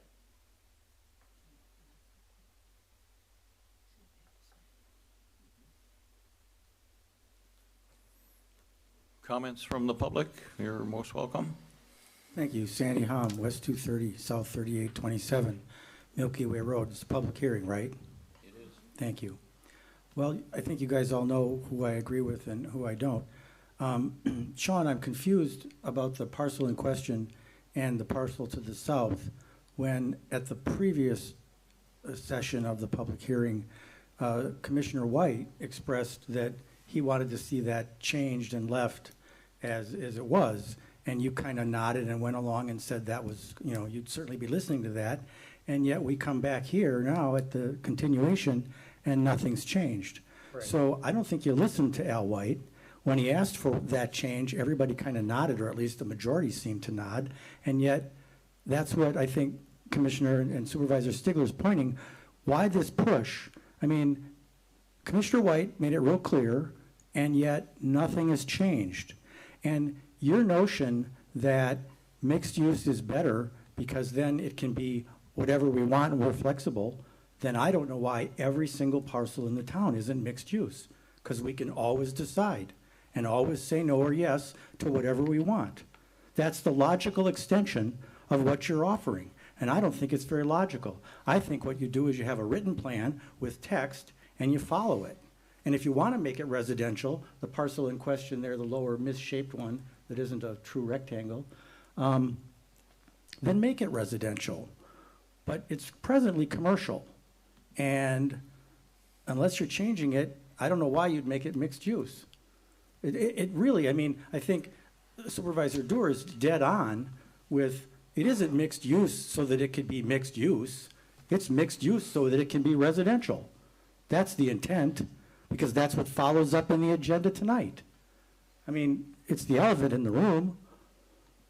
Thank you very much. And it is public comments, but just Mr. Hahn, we could not change the proposal in midstream because this is an adjourned public hearing. So it would not have been proper for the planner to come back with a different plan because we published this plan, and this plan is what is up for discussion. So it's not like we ignored the comments from the last session, but it wouldn't have been appropriate to change it midstream. Well, Just, it might have been appropriate to bring it up and say that it had occurred at the previous session and that those were still being recognized as options. Instead, it's presented as this, we just continue with pushing this, which is what Stigler is saying. And that's how it feels out here. Thank you. I appreciate your comment. I just wanted to explain why we couldn't come back with a changed plan. Yeah, I'd also like to add, so I do remember Commissioner White's comments, and so there was discussion about the mixed use, and I understand everybody, not everybody, but a few of the commissioners had some reservations about it. Commissioner White did say, I'd like to see a change, but he's only one voice. There was no consensus in terms of a vote. There was nothing was left that said anything about all the parcels that are zone mixed use. There was discussion about one. And so at the end of the last meeting, Chairman Fisher basically said, let's think about this. We know that there's some issues with mixed use. Let's take a step back, think about it. We'll come back and we'll make some changes. And so I didn't want to presume to make changes until everybody else had time to think about this. And when I opened the discussion today, I alluded to the fact again that I understand that mixed use is something that a lot of people aren't comfortable with. Put that out there. All I'm putting out here was a recommendation that started out months and months ago. I am open to discussion about whatever it is the Plan Commission wants these to be, because this is your plan, but I had to start somewhere. And so in my mind, I was providing some context in terms of why I thought mixed use was a benefit. The reason we don't put mixed use everywhere in the town, because all those uses aren't potentially beneficial everywhere in the town. A commercial use isn't necessarily beneficial in the middle of a subdivision, or an industrial use isn't. But at these particular intersections, a variety of uses could be potentially beneficial. There's a number of communities in the world, including Waukesha County, that uses a mixed-use category for similar areas to recognize the flexibility. So and they don't apply it across the board, across the map, everywhere, just because it exists, because it's a logical extension. They use it strategically at certain locations to provide flexibility. Did you or did you not tell me that you just made changes to Sunset Drive though in between meetings? Sunset Drive does have the proposed changes taken off. Correct. Okay, next public speaker, please come forward. You may tell me if I'm out of line, but I spoke to Mr. Malarkey before the meeting to see if we were going to be able to talk, and he said yes, we were, and then the whole thing was voted on before we were able to talk about it. I want to kind of talk to Mr. Dorr. Is your concern with the... Technically, you have to address the body. Okay, I'm technically addressing the body, but he seems to be the one who knows about it. The body. With the Pebblebrook Road, where they're putting in curb and gutter, is this going to be a problem for the snowplows? We already have some problems with the snowplows with mailboxes. I'm wondering if we're going to have a problem with them cutting up the gutters. Yep. Sadly, And we've the kind of got to curbs. go forward instead of sideways or backwards. I mean, and I'm sorry to tell you that, but I mean, this public hearing is about changes to the comprehensive plan. Okay. Okay? My other Sorry to be- concern was the flooding that may occur at the end of the curb and gutter, because all that water is going to go down the road. Okay, but again, regrettably, sorry that's an that- issue that we passed by. I know, I'm sorry that I was kind of misinformed about when we could talk about this. Okay. All right. Go ahead. I had one other comment I'd like to make about the southwest corner and the mixed-use property. This mixed-use label has been on the map for months and months and months now, and so there was, Mr. Hahn pointed out that the reason it's mixed use is so that it can ultimately be residential. And there is a proposal tonight for a conditional use for residential use on the parcel, but that was not the intention of the mixed use category. I see this intersection as primarily commercial use or some mixing of uses long-term, not necessarily residential or dominated by residential uses. I want to just make a real quick comment here and see if this is a fair comment. Yes, we have been discussing for a number of months changes to our comprehensive or smart growth plan. I mean, historically, that goes back to, I think, discussion in 2009, and that was implemented in 2010 or thereabouts. And we really, during the past 9 years, have done little to revisit that. I mean, we've done a couple of, when we have people come along with individual requests, we had one recently for residential to basically change the residential density in the zoning. So we've got a handful of those things we have done under circumstances that have been basically prompted by a unique consideration request. But we have not looked, the town of Waukesha has not really looked at the comprehensive or smart growth plan from a global perspective. And we are obliged to do that at this point in time, and a little bit taking our time, but in fairness to it, Sean has made some recommendations to text and to the map. We really have not gotten into any kind of a substantive discussion on that at all prior to now. I mean, that's my perspective. I mean, we spend limited time. We've basically adjourned the public hearings and stuff, so we've kind of been nibbling around the edges. So I think this is this is a good point in time to basically have a more thorough discussion. That's my take. Okay, who else would like to comment? I mean, this is, I gotta say one more thing. This is important stuff. I mean, how many pages long is the comprehensive plan? My goodness, we have 3 ring binders of it and everything. I mean, there's a whole lot of material there. This is worthy of us spending some time to think about it, to discuss it, and to get it right, and to hear from the public. So I wonder if there's a way to build consensus then for each of these intersections and these areas in terms of what the category should be long-term. And like I said, I am open to whatever it is you want it to be. As a first blush, when we first started this is what I put on the map, and this is what I was recommending, but that in no way means that's what it has to be. And so if anyone thinks I'm being pushy about it, I apologize. I'm defending the reason I put it on the map in the first place. And so if that doesn't make sense to you, let me know, and then we'll change it. So if maybe we could move from area to area and get a consensus on each piece, or if, as Supervisor German said, we do nothing on the map and leave the map as it was in 2009. So, but a decision would be good to, if you don't like mixed use, make the change, or just leave it the same. But we could go from place to place to get, kind of move this forward if we don't have any other public speakers. That's a pretty good suggestion. You want to go to another area?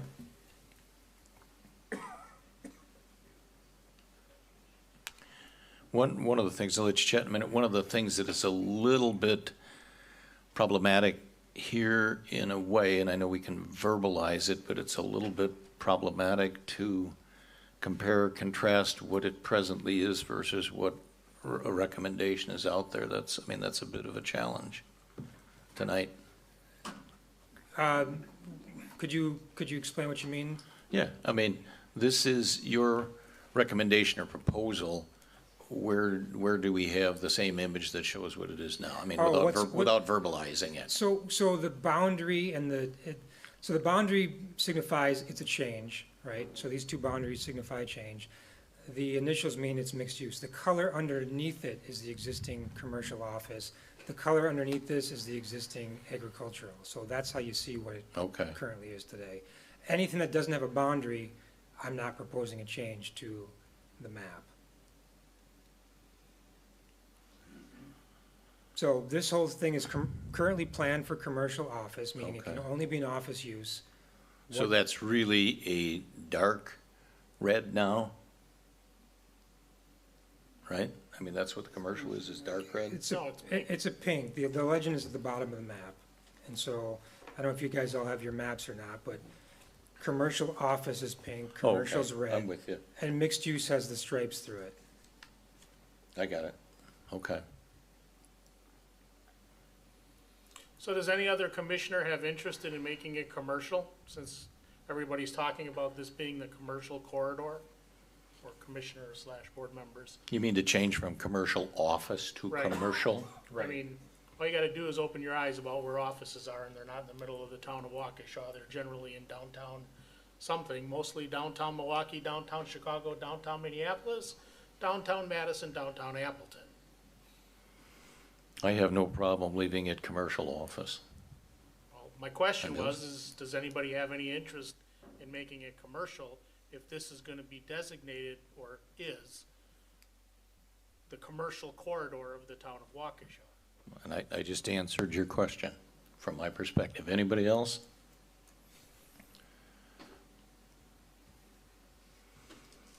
I'm not making a big distinction in my mind between commercial and commercial office.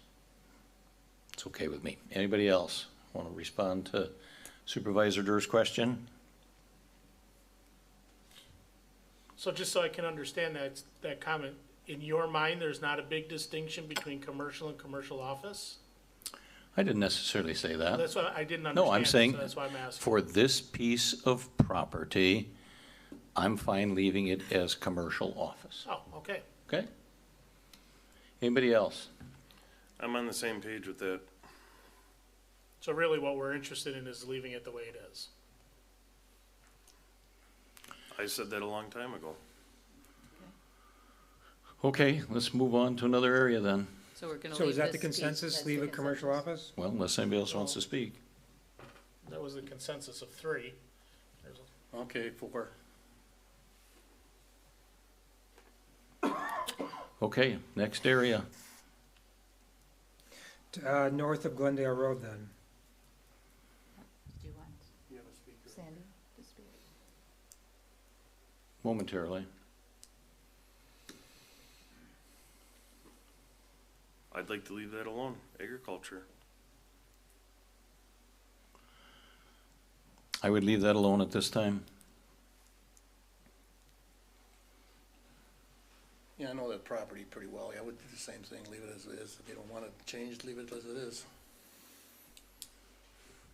I would agree. I would have no reason to make a change there. And I would like to keep the agriculture as much as we possibly can, just because of the history of the area.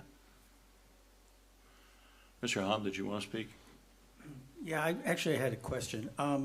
In this process that you're about to go through, my question was, how many individual properties have the border around them and have been changed? Do you have that count, No, I do not.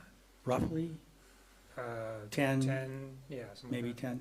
And the other question I had was, because I mentioned to you earlier this evening that I had spoken with one of the landowners in question and alerted them that their property was up for a change, and that I wasn't suggesting the change was bad, but that, since they didn't know. And so if there's 10 properties, because I'm not interested in having you guys spend a lot of money mailing stuff out, but it just seems like in the discussion of communicating with the people in the town, that if you have 10 properties that are up for change in the smart growth plan, 10 letters going out just to say, hey, just so you know, we're looking at your property and we're going to change it. I think that would be a really nice way to communicate. Thank you.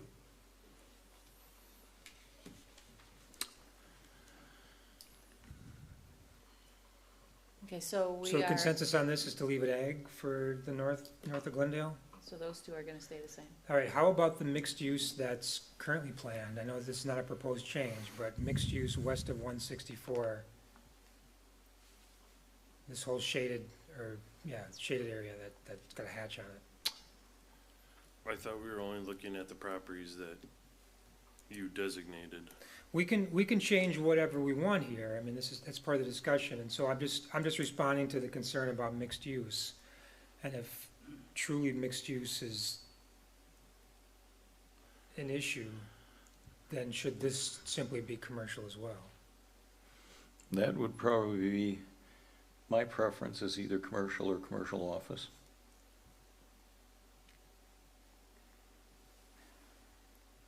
Well, there's buildings there now that aren't office. And Or there's do bu- they, There's buildings there that aren't commercial also. Is that all, the crosshatch, Sean, is that all north of the current Sticks facility? I'm gonna get to an aerial here. Well, actually, it's not, I don't think it's on the aerial, but it'll give us some sense.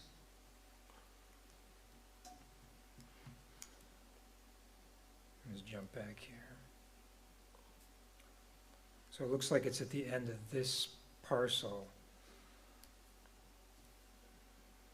So everything Okay, north of this all line Yep, got it. is mixed use. So Sticks, Sticks is part of the mixed use. Sticks is part of the commercial. What is Sticks? That's correct. I'm sorry, what is Sticks? It's Golf Academy. It's that, baseball. Baseball, sporting. okay, whatever. So the It's mixed the use, building, it's the building that's on the northwest corner of 164 in Glendale, the large building that was put up about 2 years ago. Okay, thank It's you. called Sticks Academy. yeah, so the dividing line is right here. So Yeah, everything got north it. of this line is mixed use, everything south of this line is planned That for answers my commercial. question. Thank you.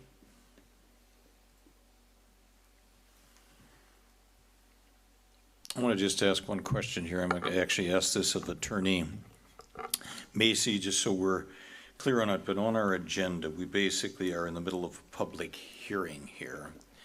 And we're talking about polling the group here, and we're kind of really pretty much getting pretty deep into decision making, it seems to me.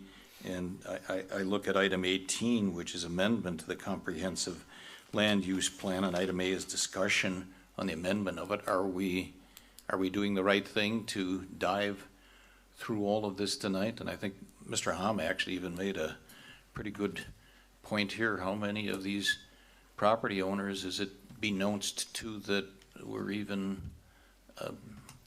undertaking to do this tonight? I have a little bit of anxiety about that. Can you help me out? Well, I have no problem with, as part of the public hearing, you're combining the presentation by the planner with the comments from the public, with the discussion, and there's nothing inappropriate with that, because oftentimes the discussion of the planning commission, as we have found already from the comments from the public, spurs more comments from the public. So I think you do a service by allowing the planning commission and the town board some liberty to, as part of the public hearing, make these comments. Okay, you made me comfortable. Thank you. Who's next? Are we going to another area? Yes, please come forward. You made a comment. We need your name. We need your name and address, please, sir. My name is Richard Powers, S54, South 54, Woodmere Trace in Waukesha. You made a comment about the public. I'm a public, and I first realized tonight about changing of land. And I got a letter which merely commented on 3 items. Now, it's a public hearing. Now I'm sitting here and you happen to be talking about an area I live, that you want to rezone it or change it. And what kind of commercial are you talking about? Businesses? Are you planning on attracting business to these areas? Right now, the church is across the street from me, and then there's that open land, which I kind of like. But if it's a benefit to the township, maybe you need to promote something in that area. And would that be business? So I'm a public, and this is my first comment. And you're saying you can make these decisions amongst you, but when do we get to find out how it affects us? Can you let me know that? Thank you.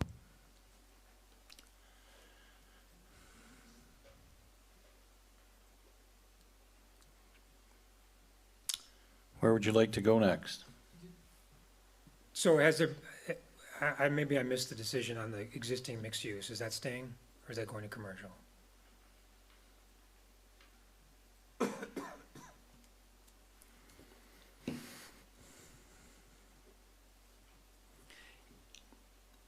My naivete, I'm sure, is taking over, so please excuse this.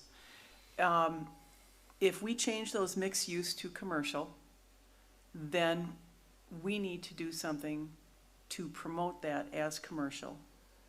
Because to not do anything would be a waste of time and a waste of resources, from my perspective. If it's going to be, if it makes more sense to have it be a commercial, and I'm sure that there are different levels of commercial use, which I don't know all of them, then I think we do that. Then we have greater opportunity for revenue. If it's mixed use, I'm just not very familiar with mixed use. I can also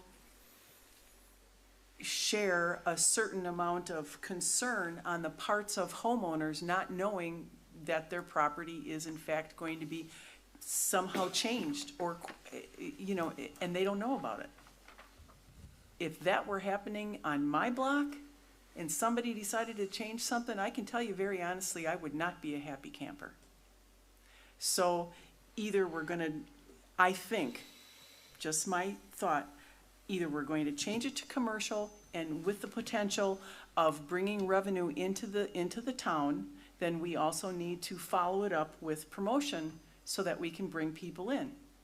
If we're not going to do that, then it seems to me we're kind of just batting the ball around here. I mean, can somebody please help me here? Because I don't want to come across as a doof, but at the same time, as a homeowner and a property owner of 35 years here in Waukesha County, when I moved in on East Broadway, there were no homes behind us, no homes anywhere around. I couldn't believe the fact that I never heard any sort of siren for the first probably 3-4 months that I lived in that house.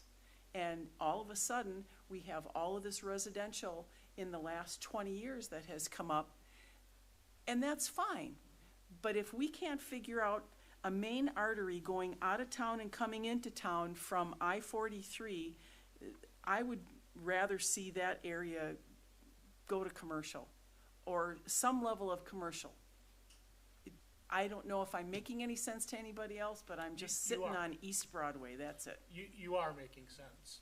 My argument would be to make it commercial restricted to office space is lovely, fruitless, because it's not gonna happen. So really what we're doing is we're leaving it as it stands today. If we make it commercial office, all we're doing, and if that's what people want, I mean, I live right across the street from this picture right here, okay? If that's what people want, to literally leave it not just as it is as per the land use, but literally as it is physically, then make it commercial office, because that's what it's gonna be. But it's also gonna continue to sit and not bring in any revenue to the town of Waukesha. But that's what we're doing. We're right now, the property to the south is restricted commercial / office. So you can't do anything but an office building there. And for 25 years, the school district wasn't able to sell it because we kept knocking down residentially orientated communities. Okay, that's fine, but then it's gonna stay the way it is. And if that's what everybody wants, that's what the people who live next door want, probably a good deal, but it doesn't serve, in my opinion. I mean, it's nice that everybody wants everything to stay the way that it is, but for a guy who lives across the street there on Turner's Pike East, I'm really glad that somebody made a decision to sell the farm field in the 1980s and put up a really nice house that I now own. And for most of the people in the town of Waukesha, that's true. Very true, there's some people in this room, and there's many in the town of Waukesha who are on very old farmsteads and homesteads, and they have all that land, and that's great. But there's a whole lot of people in the town of Waukesha that are very, very pleased that farmers over the years have done developments. I'm one of them, because otherwise I wouldn't be here. But, you know, so you make sense, and if we want to make it commercial, and we want to call this a commercial corridor, that's fine, but then we should make it commercial and not restrict it to office. Because there ain't nobody in the next 10 or 15 years gonna be putting up office buildings on Highway 164 in the town of Waukesha. It's not the direction that the current generation is moving. They are just not. I'm going to, just for a minute, I'm going to kind of take exception to that, and I appreciate and your respect your point of view, but to make absolute conclusions as to how any piece of land might be used or developed, or absolute statements that there's no way that anybody's going to do something for decades or what or not, I don't think it's appropriate for us to make those kind of assumptions or those kinds of assertions. I mean, you can have that opinion or point of view, but I don't think that should really be at the forefront of the obligation that we've got to do with comprehensive land planning. So respectfully, I take exception to that, Mike. Is it commercial or office, or is it have to be office? It's gotta be office, it's commercial office. Just let me finish. It's There's commercial no- office. I'm not done. I don't appreciate being interrupted when I'm talking. I'm asking a question here again. Can we have it both ways? Can we set this up that we can either have one or either one? If somebody comes in with a pure commercial proposal on an office commercial, can they just do a commercial? I don't necessarily believe that we're gonna have office buildings built here either, but No, commercial office is office buildings. Commercial could be many different commercial, including office buildings. That's what the comprehensive plan says. But right now, the property to the south is restricted to commercial office. That means, as I read the comprehensive plan, that means an office building. I guess you may be right. I'd like to have Planner Malarkey weigh in on that, please. That's my understanding as well. Must have read the comprehensive plan.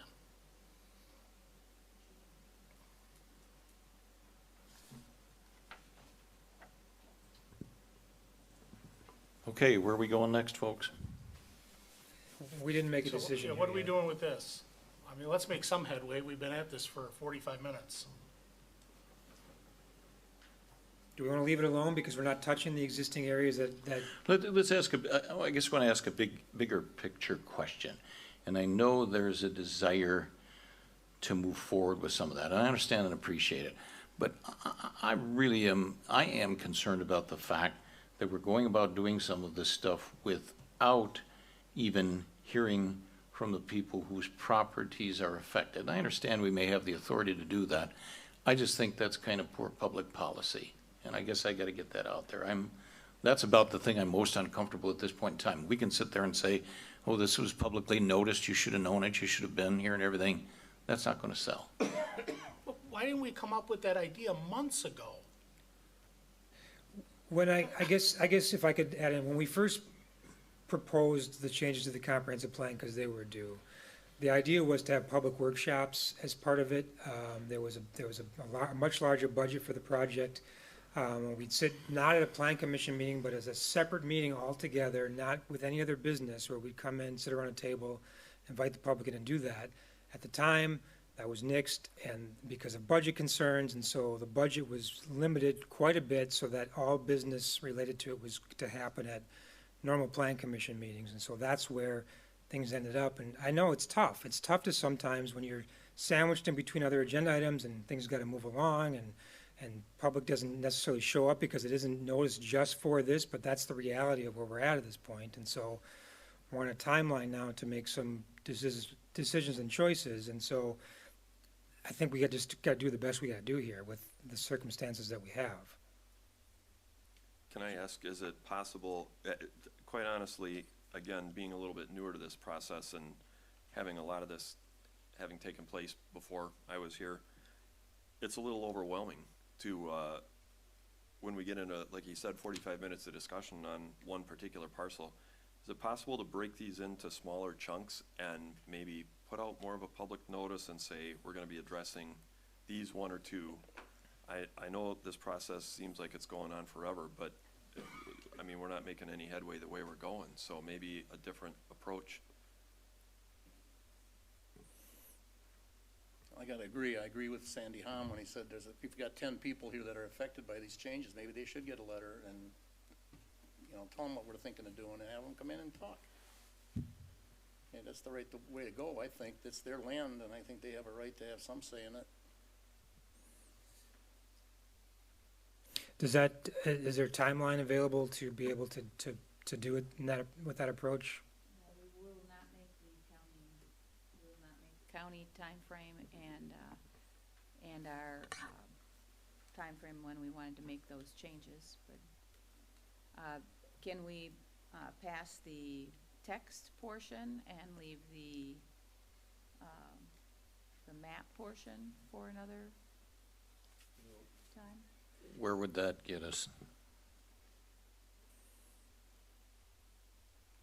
Well, there are some changes in the text of the comprehensive plan that coincide with the cooperative planning efforts that are going forward in terms of that language to make that possible to happen. So that would get us somewhere. It's not necessarily necessary to make any changes to the map itself to move that forward.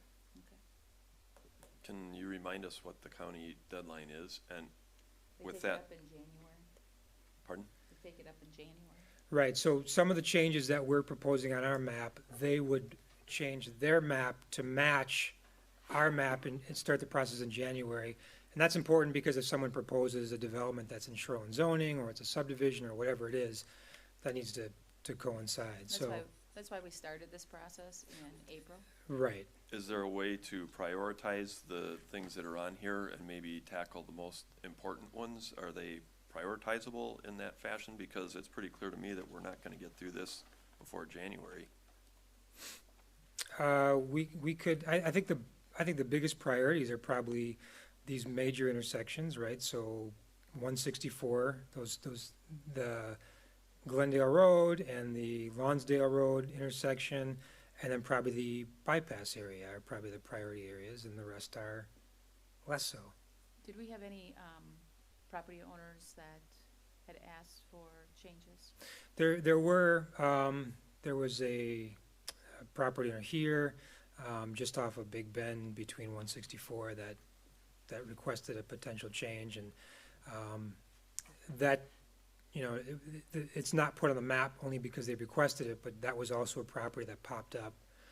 In my analysis, based on the contiguity to the industrial park across the way, it has potential access from 164. It's kind of removed from Big Bend Road, that these properties can have access, be compatible with the surroundings, and still kind of isolate from the residential use. So that was one of them. There's also changes on the map that aren't necessarily important because the change has already been made. Like, for instance, this is the subdivision that was changed from suburban density to low density residential. That's already been approved. The map just hasn't been updated. And the properties on River Road, those changes have already been approved in the past. The map's just being updated for those as well. So there really aren't that many areas in the map that we're looking at changing. So we did have a resident that was in here that did come forward that wanted a change on his property.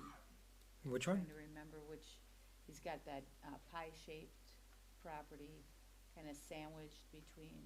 Oh, yes, I'm sorry, that is one more. It's this one here on X, sandwiched between Right. the city of Waukesha properties. There's some commercial happening here, that's planned, or commercial that's planned here along X in Waukesha.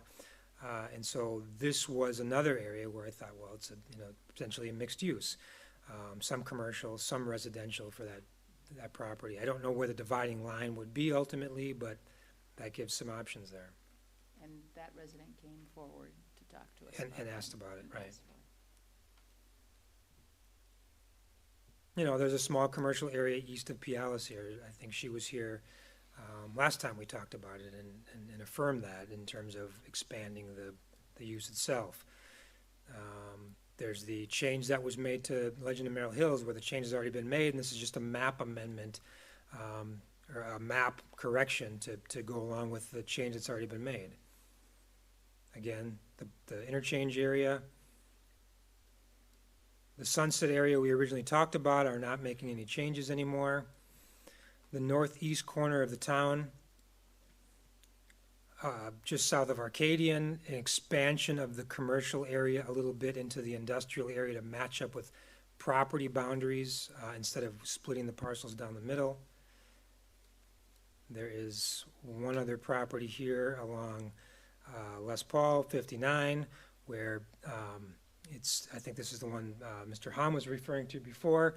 It's planned for residential. It's a small property. There's not much opportunity for anything here, but if it's anything, it probably should be commercial. And that's about it.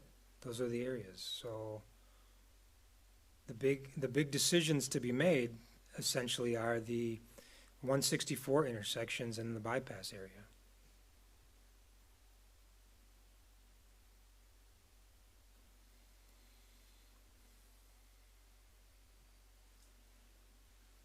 Here's just a suggestion. Why don't, if you want to take your run through those quickly, why don't we, I don't know where we end up tonight, but why don't you take those one by one and let's spend like 1 minute on each one of those and just get a quick feed from people. I mean, to Sean's credit, he's shown this to us many times. We should be thinking about it.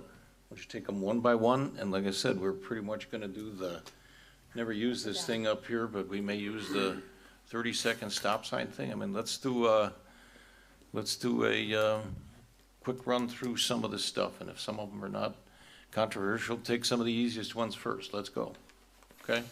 Everybody okay with that? The slated ones, correct, that are outlined in red? That's correct. Okay. I mean, I appreciate it informationally, but I mean, some of those that have already changed and stuff, we don't need to spend any time talking about those, okay? Right, we won't talk about those. No, They're just, so- how about the northeast corner of the town quickly, along Arcadian? And the idea is that some of these properties at the end of Lincoln Avenue are already commercial in use. In addition, I've expanded the commercial uses from Arcadian down to the logical extension of the property lines. And so it's not a big change. It just means that instead of more industrial, there'll be more commercial south of Arcadian. Okay, firestorm through this, I mean, I could support that. My only concern about that is I sure think it would be nice to let the people who own those residential properties know what's going on. Who else wants in? They're already planned for industrial. Huh? I said they're already planned for industrial. I get that part of it, but we're talking about changing it to commercial and everything. I think that would be nice to communicate any of these changes to residents. That's my point of view. Come on, 1 minute. Who else has a thought about that? Do you like that change or not? Let's go. I'm good with it. Anybody else? I'm fine. I'm fine with that area. Okay. Anybody take exception to that? I'm good. Okay, let's move to the next one. All right, this is one I missed in my quick go around last time. Further south, just on the border here, north of D, there's 3 residential properties that are planned for industrial use. I'm saying let's change those back to residential use. They shouldn't be planned for industrial use. I believe they were planned because of the proximity to the planned industrial up here, and then further industrial planned in the city to the east. I think that they're existing homes, they're surrounded by homes, they should stay planned as homes. Okay, jump in. Anybody like that or not? Scott, you good with that? I'm good. Anybody else? Jim, you good? Good. Good. David, good? Bob, Mike, you good? All right. How about the property in the northeast corner of Racine and 59? Currently planned for residential. I'm suggesting commercial is a better fit there. It'll be, whatever happens, it'll be a small use. The access will be restricted. And so it might be a challenging parcel, but I think it's a better use as commercial than residential. Mr. Allen, go ahead. Yeah, I'll step in on that since I was there for, 16 years renting there, and I'm intimately familiar with the landlords. That is a really strange piece of property. It's, the building that I was on is city. I think the B&M is on the town, and then there's that little piece that's actually separate. And I think what they plan to do there at some point is raise the building. They're trying to rent it right now unsuccessfully since March, and then put up some kind of office building or something. I don't think they see it as commercial. I mean, when I told them that it was originally, I think you had talked about it being mixed use maybe at some point? It could be. I mean, that may be actually more appropriate for them. They're not here, but, after 13 years talking to them, I don't see that actually as a commercial property because it's so skinny the way it runs up the road. I mean, I don't know how many feet there actually are there, from the center line to the end of the building, or end of the property line. It's a weird piece of property. Anyway, I just wanted to throw that out there since I've been there 13 years. Thank you. So is B&M to the east of that? It's the red portion that's here. And so that could potentially be an extension of that use. Like I said, whatever it happens to be long-term, no residence there is going to do well over time. Yeah, I'm okay with it. I mean, you're not going to get access off of the bypass to that. I mean, there's, I think, one single-family town of Waukesha residential property there that shares the driveway with the church. I mean, that's kind of a unique situation. I guess I don't have a problem if you want to designate that as commercial. It's going to be a difficult thing to develop, the configuration It may and never size be of it. developed, but it's more appropriate than residential. Anybody else? Everybody okay with that? All right, move on. How about the bypass area?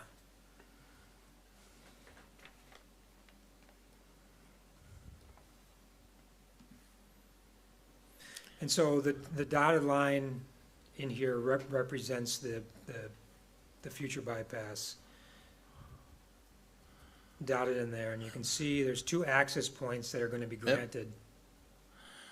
I'm fine with that, and just to be sure, if we designate that commercial, that wouldn't preclude office, would it? No. I'm good with that. Anybody else? I'm fine with that. Anybody else? It's good. Okay, move on. All right. Jumping back again. The properties sandwiched between 164 and Big Bend Road, south of 59. These are actually already commercial, planned for commercial properties. It's the one property to the south of there, just across from the industrial park on Rockwood Way. This property does have access to 164. It does not have to access Big Bend Road.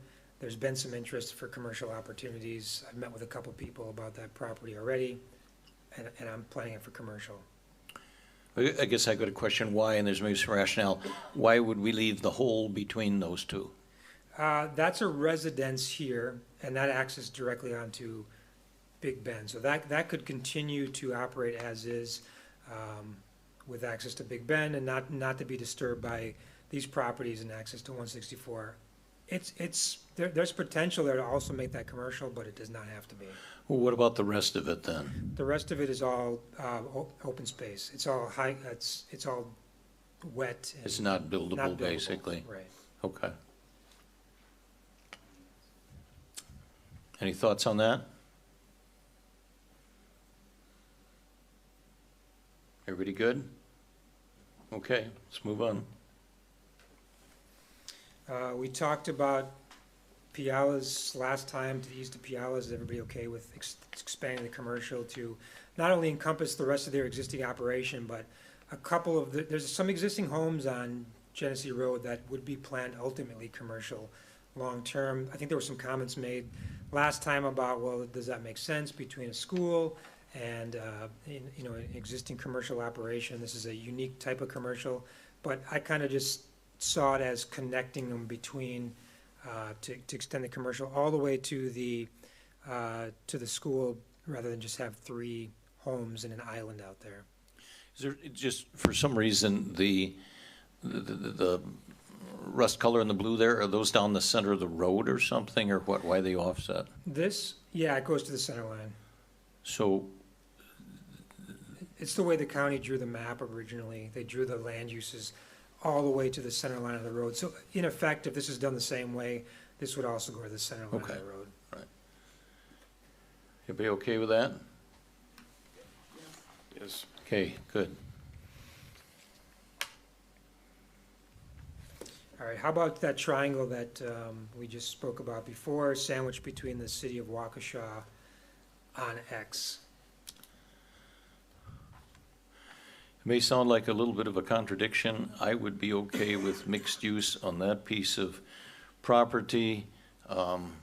The landowner did reach out to us. Yeah, the landowner reached out, but It's even actually leaving here. that aside, that's Took too not, to me, Salesville Road there is not the kind of commercial corridor that the bypass is, that Highway 164 is, that some of the other type of things are. It is pretty much surrounded by residential uses and the possibility with the part in the city there for some kind of a commercial use.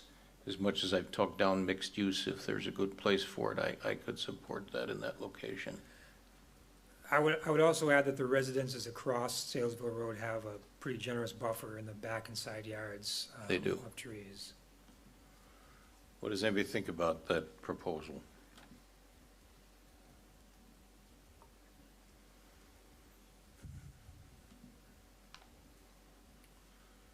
I'm fine with that, if that resident reached out to us.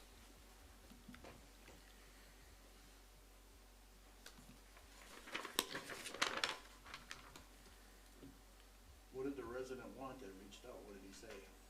He Right. wants a mixed use?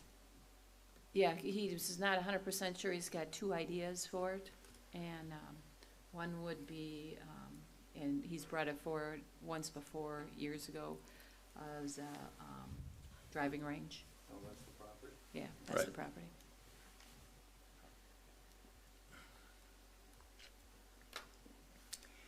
Do we have strong feelings for or against? I'm fine with mixed use for that triangle.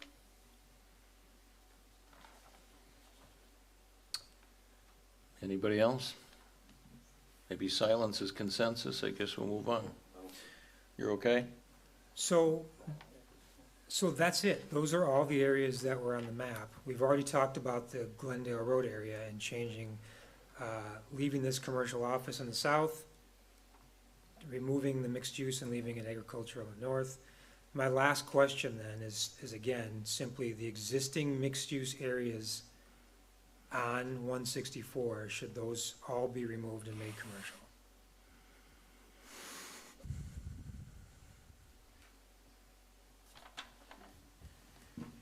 That's, if you couldn't see my cursor, that's really all this land. And then north of that boundary is all mixed use currently.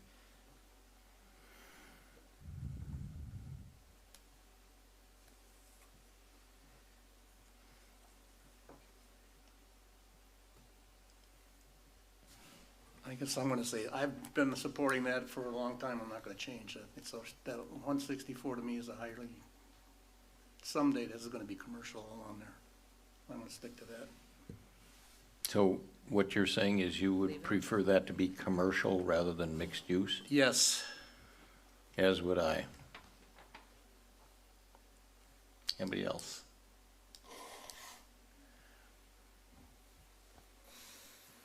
I'd be fine with changing that to straight commercial also.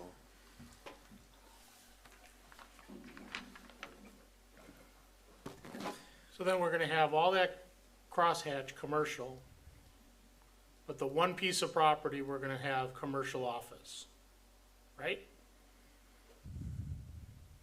Is that the understanding? That's what I have as notes. Yeah. Wonder why that is.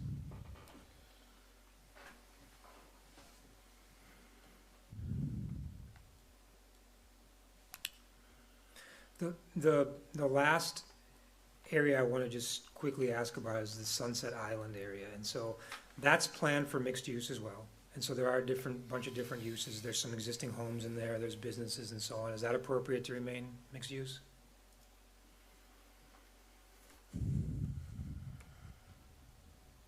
Or does that get changed to commercial as well?